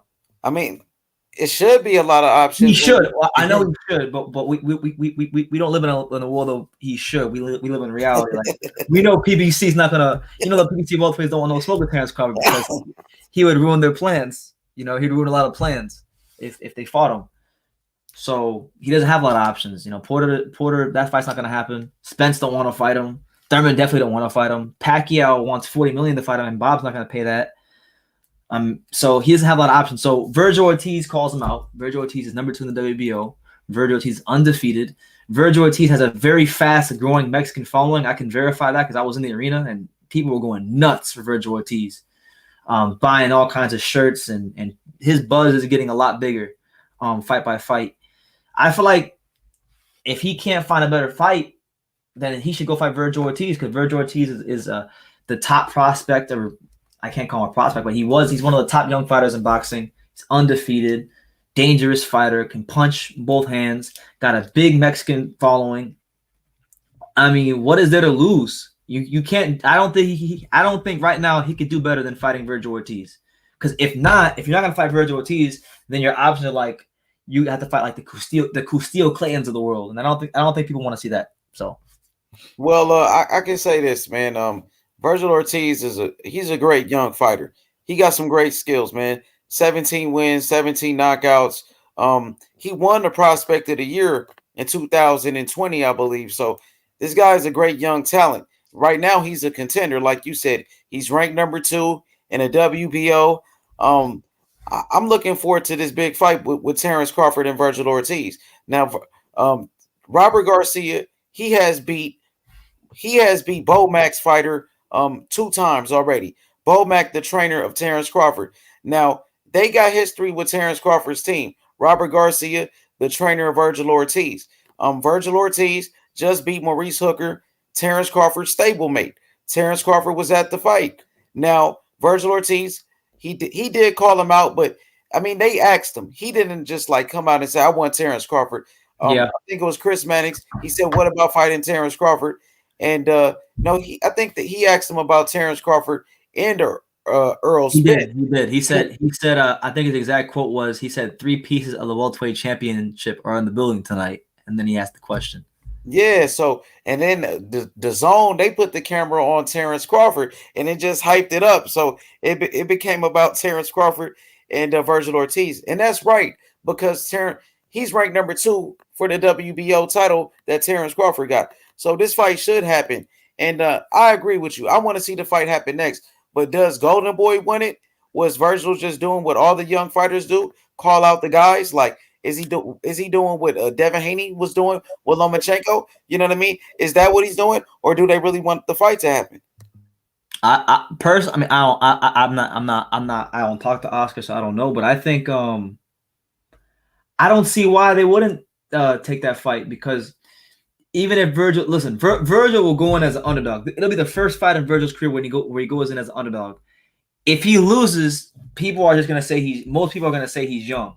Anyway, they're gonna say he's young, and if he even performs like well at all against Terence Crawford, his profile is gonna rise. People are gonna say, "Wow, this kid went there and he fought the best fighter in the world at 22, and he held his own." Like people will give him his due. Just do. I think they would. Yeah, I mean that's a great fight, but so I see Terence Crawford is talking about Sean Porter, but I heard Sean Porter hasn't activated his mandatory position in the WBO. We're still waiting. It's months later. We're still waiting. So whose fault is it? Sean Porter? It's Sean Porter's fault, because I don't know. Listen, I don't know why he's not activating it. He's probably not activating it because when they had the negotiations, maybe he didn't like the money that they threw at him or whatever. But yeah, it's his fault because he knows the rules. Like he knows the rules, or somebody in the team knows the rules. He's been WBO #1 for a little bit of time now, and it's there for him to activate it, and he hasn't activated it, and that's on him. Okay, we got a super chat. Yeah, shout out to my man Chance Dotson. He says, "BT, you crazy, man. I got AJ stopping Fury in that fight just because Fury beat a no-skill Deontay Wilder. AJ is levels above him." Well, everybody keeps saying it. Everybody who's picking AJ says the same thing. You guys say the same thing, man. You guys say, "Oh, well, he's not Deontay Wilder." And the funny thing is, I'm gonna agree with you, and I'm gonna say that's why he's gonna get freaking destroyed against Tyson Fury, because Deontay Wilder, even though he got destroyed, he's still one of the most dangerous fights out there with Tyson Fury. The things that people make fun of Deontay Wilder for are the reasons why he's a tough fighter with Tyson Fury. He's a gunslinger. His punches come from here, and he's really fast, and he's got that eraser. So, I actually think, listen, I don't want to disrespect Anthony Joshua, but I think that this is stylistically, I think this is a better fight for Tyson Fury than the Wilder fight. So what do you think about Tyson Fury fighting everybody? Tyson Fury fought Klitschko when he was on top. Mm-hmm. Tyson Fury fought Wilder, and now he's going to fight AJ. So he's faced everybody. The best, literally the best. They say, "Oh, well, he doesn't have that many great names on his resume." Well, you know what I say? I say the names that mattered, he fought them. There's no gray areas with his resume. And what do you think about Andy Ruiz? He's looking like he's in phenomenal shape. He's been training with Eddie Reynoso. He lost a lot of weight, Andy Ruiz versus Chris Arreola. What's your thoughts on that? Honestly, I mean, it's an easy fight to criticize because Areola isn't a top heavyweight. But listen, Andy Ruiz has been out the ring since December of 2019. I think it's on pay-per-view. I actually think the pay-per-view is going to do well because it's two Mexican fighters, two heavyweights fighting each other, and the Mexican casuals are going to buy the hell out that fight. I'm telling you right now. I think it'll get at least. I think that will, at minimum, will crack 250,000 buys. I think it will. I could be wrong, but I think it'll do better than people think. The fight itself, I can't really hate on the fight because of the fact that, one, Andy's inactivity, and two, Areola's I think it was his last fight, I could be wrong, but his last fight was against Adam Konaki, and he fought great against Adam Konaki. He lost, but like it was one of the best performances of his career. So if he can bring that same intensity to this fight, I think we could have a potential great fight at heavyweight. So what do you think about Andy Ruiz now that he's training with Eddie Reynoso? He's rededicated himself to the sport of boxing, and he's in phenomenal shape. He lost a lot of weight. So what do you think about the weight loss of Andy Ruiz? How do you think it's going to make him look? Like, will he be faster? Do you think he's going to be stronger? Do you think Andy Ruiz is going to look much better? I think one thing that I've noticed from watching, like, just I guess his physique or whatnot, or his body, it looks like that, from what I could see, it looks like that they're working a lot on his legs because his quads look a little bit bigger to me than usual. So I think him working with Eddie Reynoso is going to be great because it's going to maximize what Andy Ruiz does well. You know, throwing a lot of combinations, the hand speed, and when he hits you to the body, I think now he's going to be in peak condition to really place these shots and hurt fighters. And I think Andy Ruiz, a focused, conditioned Andy Ruiz, is one of the most dangerous heavyweights out there. I mean, I would pick him if he fought Deontay Wilder. I'd pick him over Deontay Wilder. I think a focused, conditioned Andy Ruiz would be Anthony Joshua too. That's a big if. You never know from fight to fight. Yeah, but he's dedicated now. Like, yeah. I think he's gonna stay like this, you know. And like you said, I think he beats Wilder right now, man. I think Andy right now, as an inside fighter, he's gonna be too much for Wilder. His hand speed, you know, and you know, we still got to see how Wilder, you know, if he can bounce back, you know, because I didn't like how Wilder took his loss. You know, he kept making excuses, and Andy Ruiz, after he lost, he took his loss like a true champion, and he got back in the gym. He didn't make any excuses. No, absolutely, man. And Wilder, I'll be honest, I could be wrong, and people say I'm hating when I say this, but I honestly have serious questions about whether or not Wilder will ever box again. I don't know if he'll ever box again. That loss, I think that loss ruined him. I hope it didn't ruin him because I want to see him come back and still have a good career. But I think that loss ruined him in the worst way. For sure. Hey, I see you got my boy Hawker Mustang in the chat. Could you tell Hawker Mustang to come back to my channel so I could give him a wrench? He said, you know, I want him to come so I could give him a wrench. I like that guy, man. He seems like he's real cool. Oh man, Hawker, man. Me and Hawker Mustang, we go way back, man. He's been subscribed to me for years. I mean, I haven't seen Hawker Mustang in my chats for years. So yeah, go over to H Money's channel when you get a chance, man, and give you a wrench. Yeah, you got Rob 87. Another one. Rob 87. He said, "What's good, BT? What's good, Rob?" Another one I've been seeing in my chat for years. You know, y'all been rocking me for years. For sure. Yo, BT, I do got Terence Crawford #1 pound for pound on my rankings right now, man. I think Terence Crawford is a phenomenal fighter. You know, he's being ducked. You know, he isn't ducking nobody. He's the one that's being ducked by Errol Spence and the rest of the PBC. You know, Keith Thurman asking for $10 million. You know, Manny Pacquiao, he didn't want to fight him. You know, and also, you know, Sean Porter is turning down $2 million, man, to fight this man.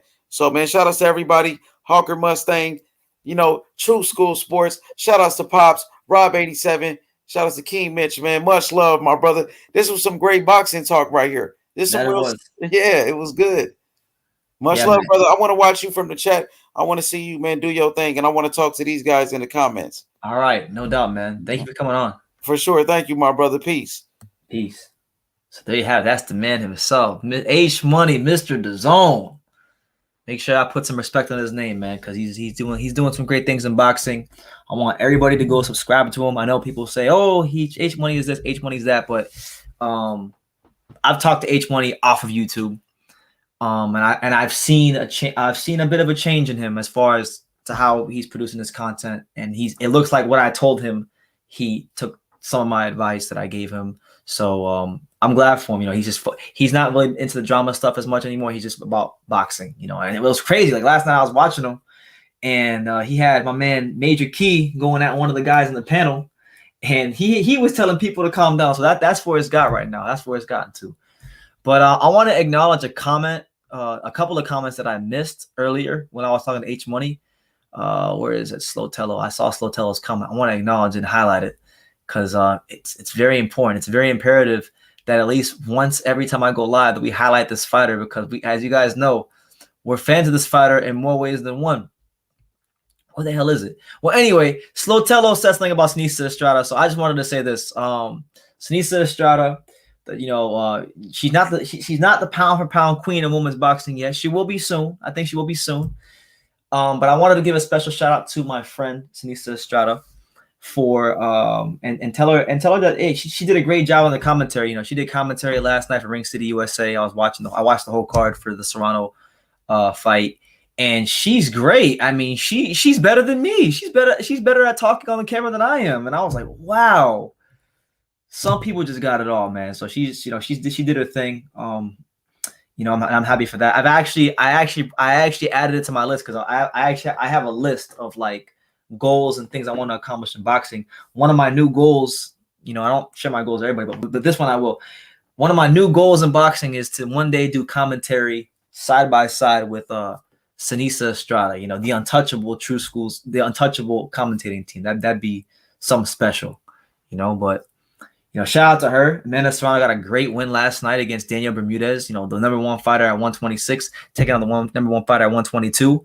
And she put on a straight masterclass. I mean, a masterclass. You talking about masterclass? Masterclass. You know, just it reminded me of Errol. That fight reminded me a lot of like it was a less competitive version of Sean Porter versus Errol Spence. You had one fighter coming forward, trying to barrel their way on top of their opponent like a Sean Porter did to Errol Spence, and you had the real sharp, precise punching of Amanda Serrano, and she was picking her apart. I mean, we saw Amanda Serrano the boxer, we saw Amanda Serrano the puncher, so she looks like she's settled into this weight at 126, doing her thing. So looking forward to some big fights from her in 2020. And listen, I know everybody's saying Claressa Shields is the GOAT, and she's this and she's that, and she's a great fighter. I take nothing from her. I love Claressa Shields. I've met her personally multiple times. I just saw her last month when I was in Miami. Okay, love Claressa Shields, but I don't know if it's as clear cut as everybody says she is, that she's the number one pound for pound fighter. Yeah, she won undisputed, and that's great. But like, has she been in a fight yet? You got to ask yourself this question: has she been in a fight yet where you got to question if she's gonna win or not? No, she hasn't. And there's only one fight out there like that for her, and that's the Savannah Marshall fight. So to me, that's who she's got to beat, because Savannah Marshall beat her in the amateurs. Savannah Marshall is the most talented fighter around her weight. That's not beside herself. And Savannah Marshall is the girl everybody thinks could beat her. So make it happen. Rob87 asked a great question. He says, BT, what's your opinion on women's boxing not getting much attention? What needs to change? Well, first and foremost, I think I'm going to start with the women's fighters themselves. I think the women's fighters themselves need to not carry themselves with an entitled attitude, and they need to stop complaining about sexism or racism or anything. Just stop complaining about any sort of isms, okay? Stop talking about how hard it is to be a women's fighter. We know it's difficult, but like, you're not endearing yourself to anybody by complaining about anything. The best thing you could do is continue to market yourself, sharpen your skills, put on great performances, and the networks have to put you out there. You know, you gotta like this. Like, y'all don't understand. This is why I respect Seniesa Estrada's career so much, because she has now put herself into a position where people have to pay attention to her. See, there was a point in time many years ago where I remember clearly. I remember when I met her in person in 2016 at the Forum. She beat Nancy Franco. She was 8-0. Not many people knew who she was. And, I knew back then she was going to be great. And I told everybody about her before that fight. And I definitely told them after that fight. And, she never complained once publicly about equal pay, equal TV time, equal this, equal that, sexism, racism, any isms. She just put her head down and she got better in the gym. She kept putting on great performance after great performance. She marketed herself in a classy way. She didn't try to become like an Instagram model or anything like that, even though she could be. She's freaking, she's super bad for a reason. And finally, she built her name up. She built her following up until finally she got her chance on a big platform, co-main event, the Zone, Hooker Ortiz, and she delivered on the night. That's how you do it. And now she's in a position where people have to pay attention to her. I mean, personally, for me, anytime I see her on the TV screen or in person, I have to pay attention to her because, but I'm talking about boxing wise, they gotta pay attention to her because she's just that damn good. So to answer your question, Rob, I just think women's boxers need to do a lot less complaining, and just make it more about focus on the things that make them great people and great fighters, and highlight that, highlight that, and build yourself up, and you'll get your chance to prove yourself one day to the world. If you're really that good, if you're really that special, people will see it eventually. The girl that sees Strata fought should be arrested immediately. Imagine hitting after the bell behind the head, especially to the queen. Yeah, I know. Vergil Ortiz. How dare her? How dare her touch the queen? Anyone else remember Ruiz's sloppy ass leaving his shirt on at the weigh-in? It was over. That's funny, man. Vergil will make a Fernando Vargas Jr. mistake, or it could be Canelo. You never know. It might be like Vargas, but it could be like Canelo. Man, Slotello's on his normal. He's horny as an MF right now. Talking about Sneesa Strata could be his isms. Sneesa Strata beats Cluster Shields. Who was it? I saw a comment that I wanted to get to. What was it? Hawker says, "How do you feel?" I Clarissa Shields called your boy Ring IQ a sexist. LOL. Ring IQ. Oh my bro. Someone might need to chop this clip up and screen record what I'm about to say, or tell Ring IQ I said this. If there was a person in boxing,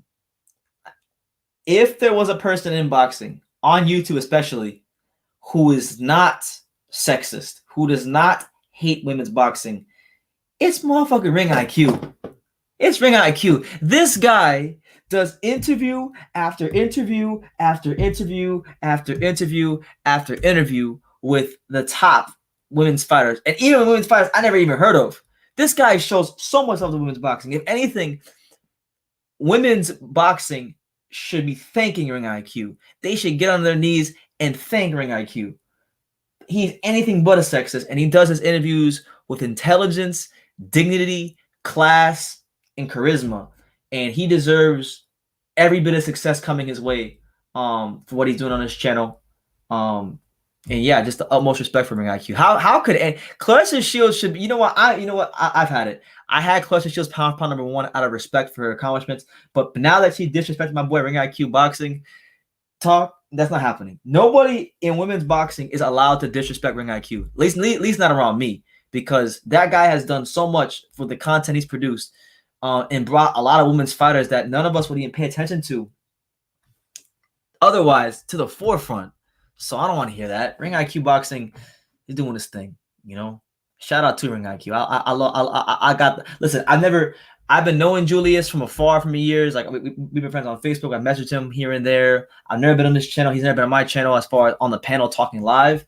But I have so much respect for Julius for the content he creates, for the interviews he does, and how dare Cluster Shields fix her lips and flap her gums and disrespect Ring IQ and call him a sexist after all the consistency and exposure he brings in women's boxing. Because I'll tell you this, there was a point in time where I wanted to cover women's boxing the way Ring IQ does, but I just can't, because I can't fool myself. He does it so amazing, and I could never be as good as Ring IQ at covering women's boxing. So how dare her? That's what I'm saying, man. Ring IQ got mad at you because you told him you don't even like women's boxing. And I'm sure he got mad at you because Ring IQ loves women's boxing. I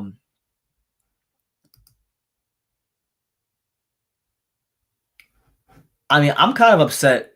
I'm kind of upset that the fight's even happening because I think when you see someone get knocked out the way Dillian White did and he was the favorite, there shouldn't be no damn rematch. You should allow Povetkin at this advanced age to go pursue bigger and better things. Okay, you should. You really should. But so it's like the fight is good, the matchup is good, but like it's anticlimactic to me. Like I'm not really the most excited for White Povetkin too, but it's a good matchup, so it's weird. It's like I'm excited, but I'm not. You know, I'm starting to sound like a damn woman. You know, saying shit like that. I'm not really that excited for. I'll pick a side. I'm not that excited for it, but it's a good matchup. Oh my god, I want that fight so badly because I remember when that fight was supposed to happen. I thought Povetkin was gonna decapitate Wilder when they were supposed to fight because that version of Wilder would have got decapitated by Povetkin back then. Now, I don't know. I might still go Povetkin. Hawker says I'm starting to like women's boxing. Yeah, listen. For me, I think women's boxing is in a great space. There's great fights out there. There's great fighters in every weight class. There's not that much depth in a couple weight classes, but you got Sinisa Estrada leading the way as the biggest star in women's boxing, the best looking women's fighter and the best fighter in women's boxing. I think she's gonna listen. When it's all said and done, I'm gonna say it again. I'm gonna tell you guys what I told Clarkson Shields herself. When it's all said and done, from this generation of women's fighters, she'll go down as the best one. But you got her, you got Serrano, you got Katie Taylor, you got Clarkson Shields, of course. You've got all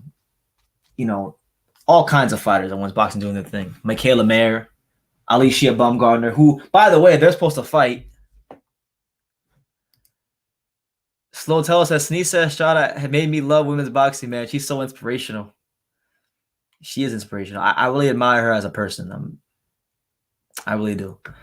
Let me see. Did I miss anything? Oh man, I didn't even talk about this. Yo, what do y'all think about? I want to get y'all guys' opinion on this because I didn't get a chance to even ask anybody on the panel this. Have y'all guys heard about that new boxing video game they're coming out with, the new ESBC boxing game? If so, what do you think? So for those of you who don't know, this little studio in England, they're gonna be part of this new game that like Todd Grisham and DAZN. I don't know if it's DAZN, but Todd Grisham, who works for DAZN, he's responsible for getting the fighters in the game. So I think Eddie Hearn has something to do with it. But either way, they released the visuals for the game. Looks great. The roster so far, I mean, the roster looks ridiculous. I mean, absolutely ridiculous. I'll read you guys a couple of names, okay? The important ones. First and foremost, let's give a round of applause for the new ESBC boxing video game.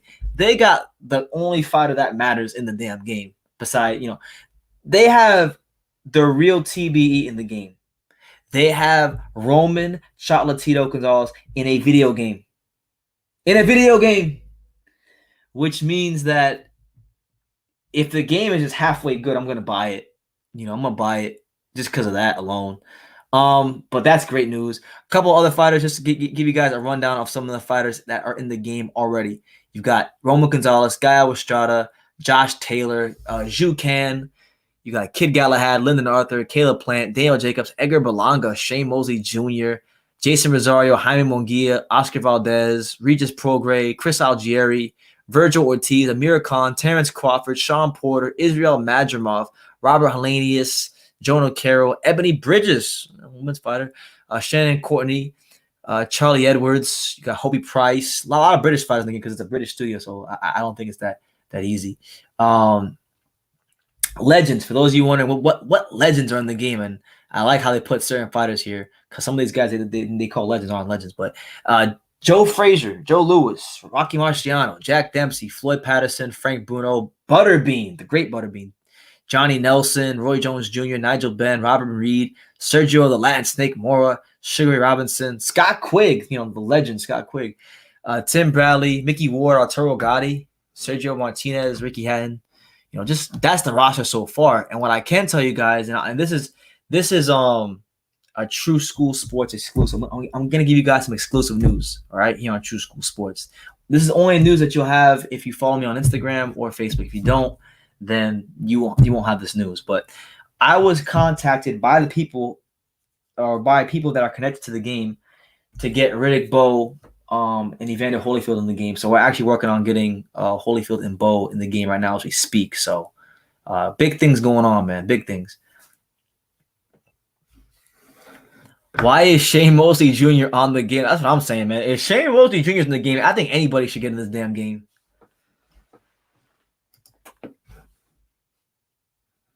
Yeah, it hasn't came out yet. It hasn't came out yet, but it's getting a lot of hype right now because it gets released the rosters. But it's called Esports Boxing Club, ESBC Boxing. That's the name of the game. I don't know. They say it might come out in the summer, but I'm not sure. I'm not sure when. There's no date yet. So, and they're still trying to update the gameplay and the roster. So we'll see what happens, man. I'm excited for it. I think this is very much welcome news for boxing, because I think this is going to help boxing grow to casual fans. You know, people are going to start to know a little bit more about these fighters, and that's all you could ask for is that they do that. You know, but with that said, guys, I've been live for almost 3 hours. So with that being said, I'm gonna wrap it up. But I want to say thank you to everybody who tuned in. Thank you to Chance Dotson for the 2 super chats. I'll be live for Dillian White versus Povetkin tomorrow. And yeah, there's a couple interesting. So my dad did a couple interviews with some local people in South Florida, like trainers and fighters. That'll be out in the coming days. My sparring session that I had, that I mentioned earlier, my sparring session that I had earlier today, where I got my ass absolutely handed to me on a silver platter. I mean, I've never got my ass whooped like this in a boxing ring. I sparred this kid named Moses. What was his name? Moses something. I can't remember his last name right now, but his name was Moses, and he beat my ass. And I don't have the video, but somebody I know has the video. I'm gonna get it from him. And I interviewed him as well. So I think it's good content. You'll see me with the headgear on. I look all fucked up and whatnot. But yeah, definitely something you're going to want to watch. I don't really care if anybody makes fun of me, because, you know, you get better from it and it's good content. So look out for those videos. Look out for the live fight reactions. Keep supporting the channel. You know, Canelo Saunders May 8th. I'll be out there for that. And yeah, man. Yeah, man. Oh man, Rob87 is asking some real personal questions. Give us your top 5. I'm not gonna answer that one, champ. That you might need to super chat me. The only way I answer that question is if you super chat me like $50 or $100. I'm gonna have to answer that question on air. I'm gonna have to really I'm gonna have to be compensated for that, because Slotello said, I know who that is, but I'm gonna get off here before I get in trouble, man. You guys have a great night. Watch out for the live fight reaction. And like I say in every single one of these videos, you can love me or you can hate me, but I'm just kidding from Daniel. So until next time, take care, guys.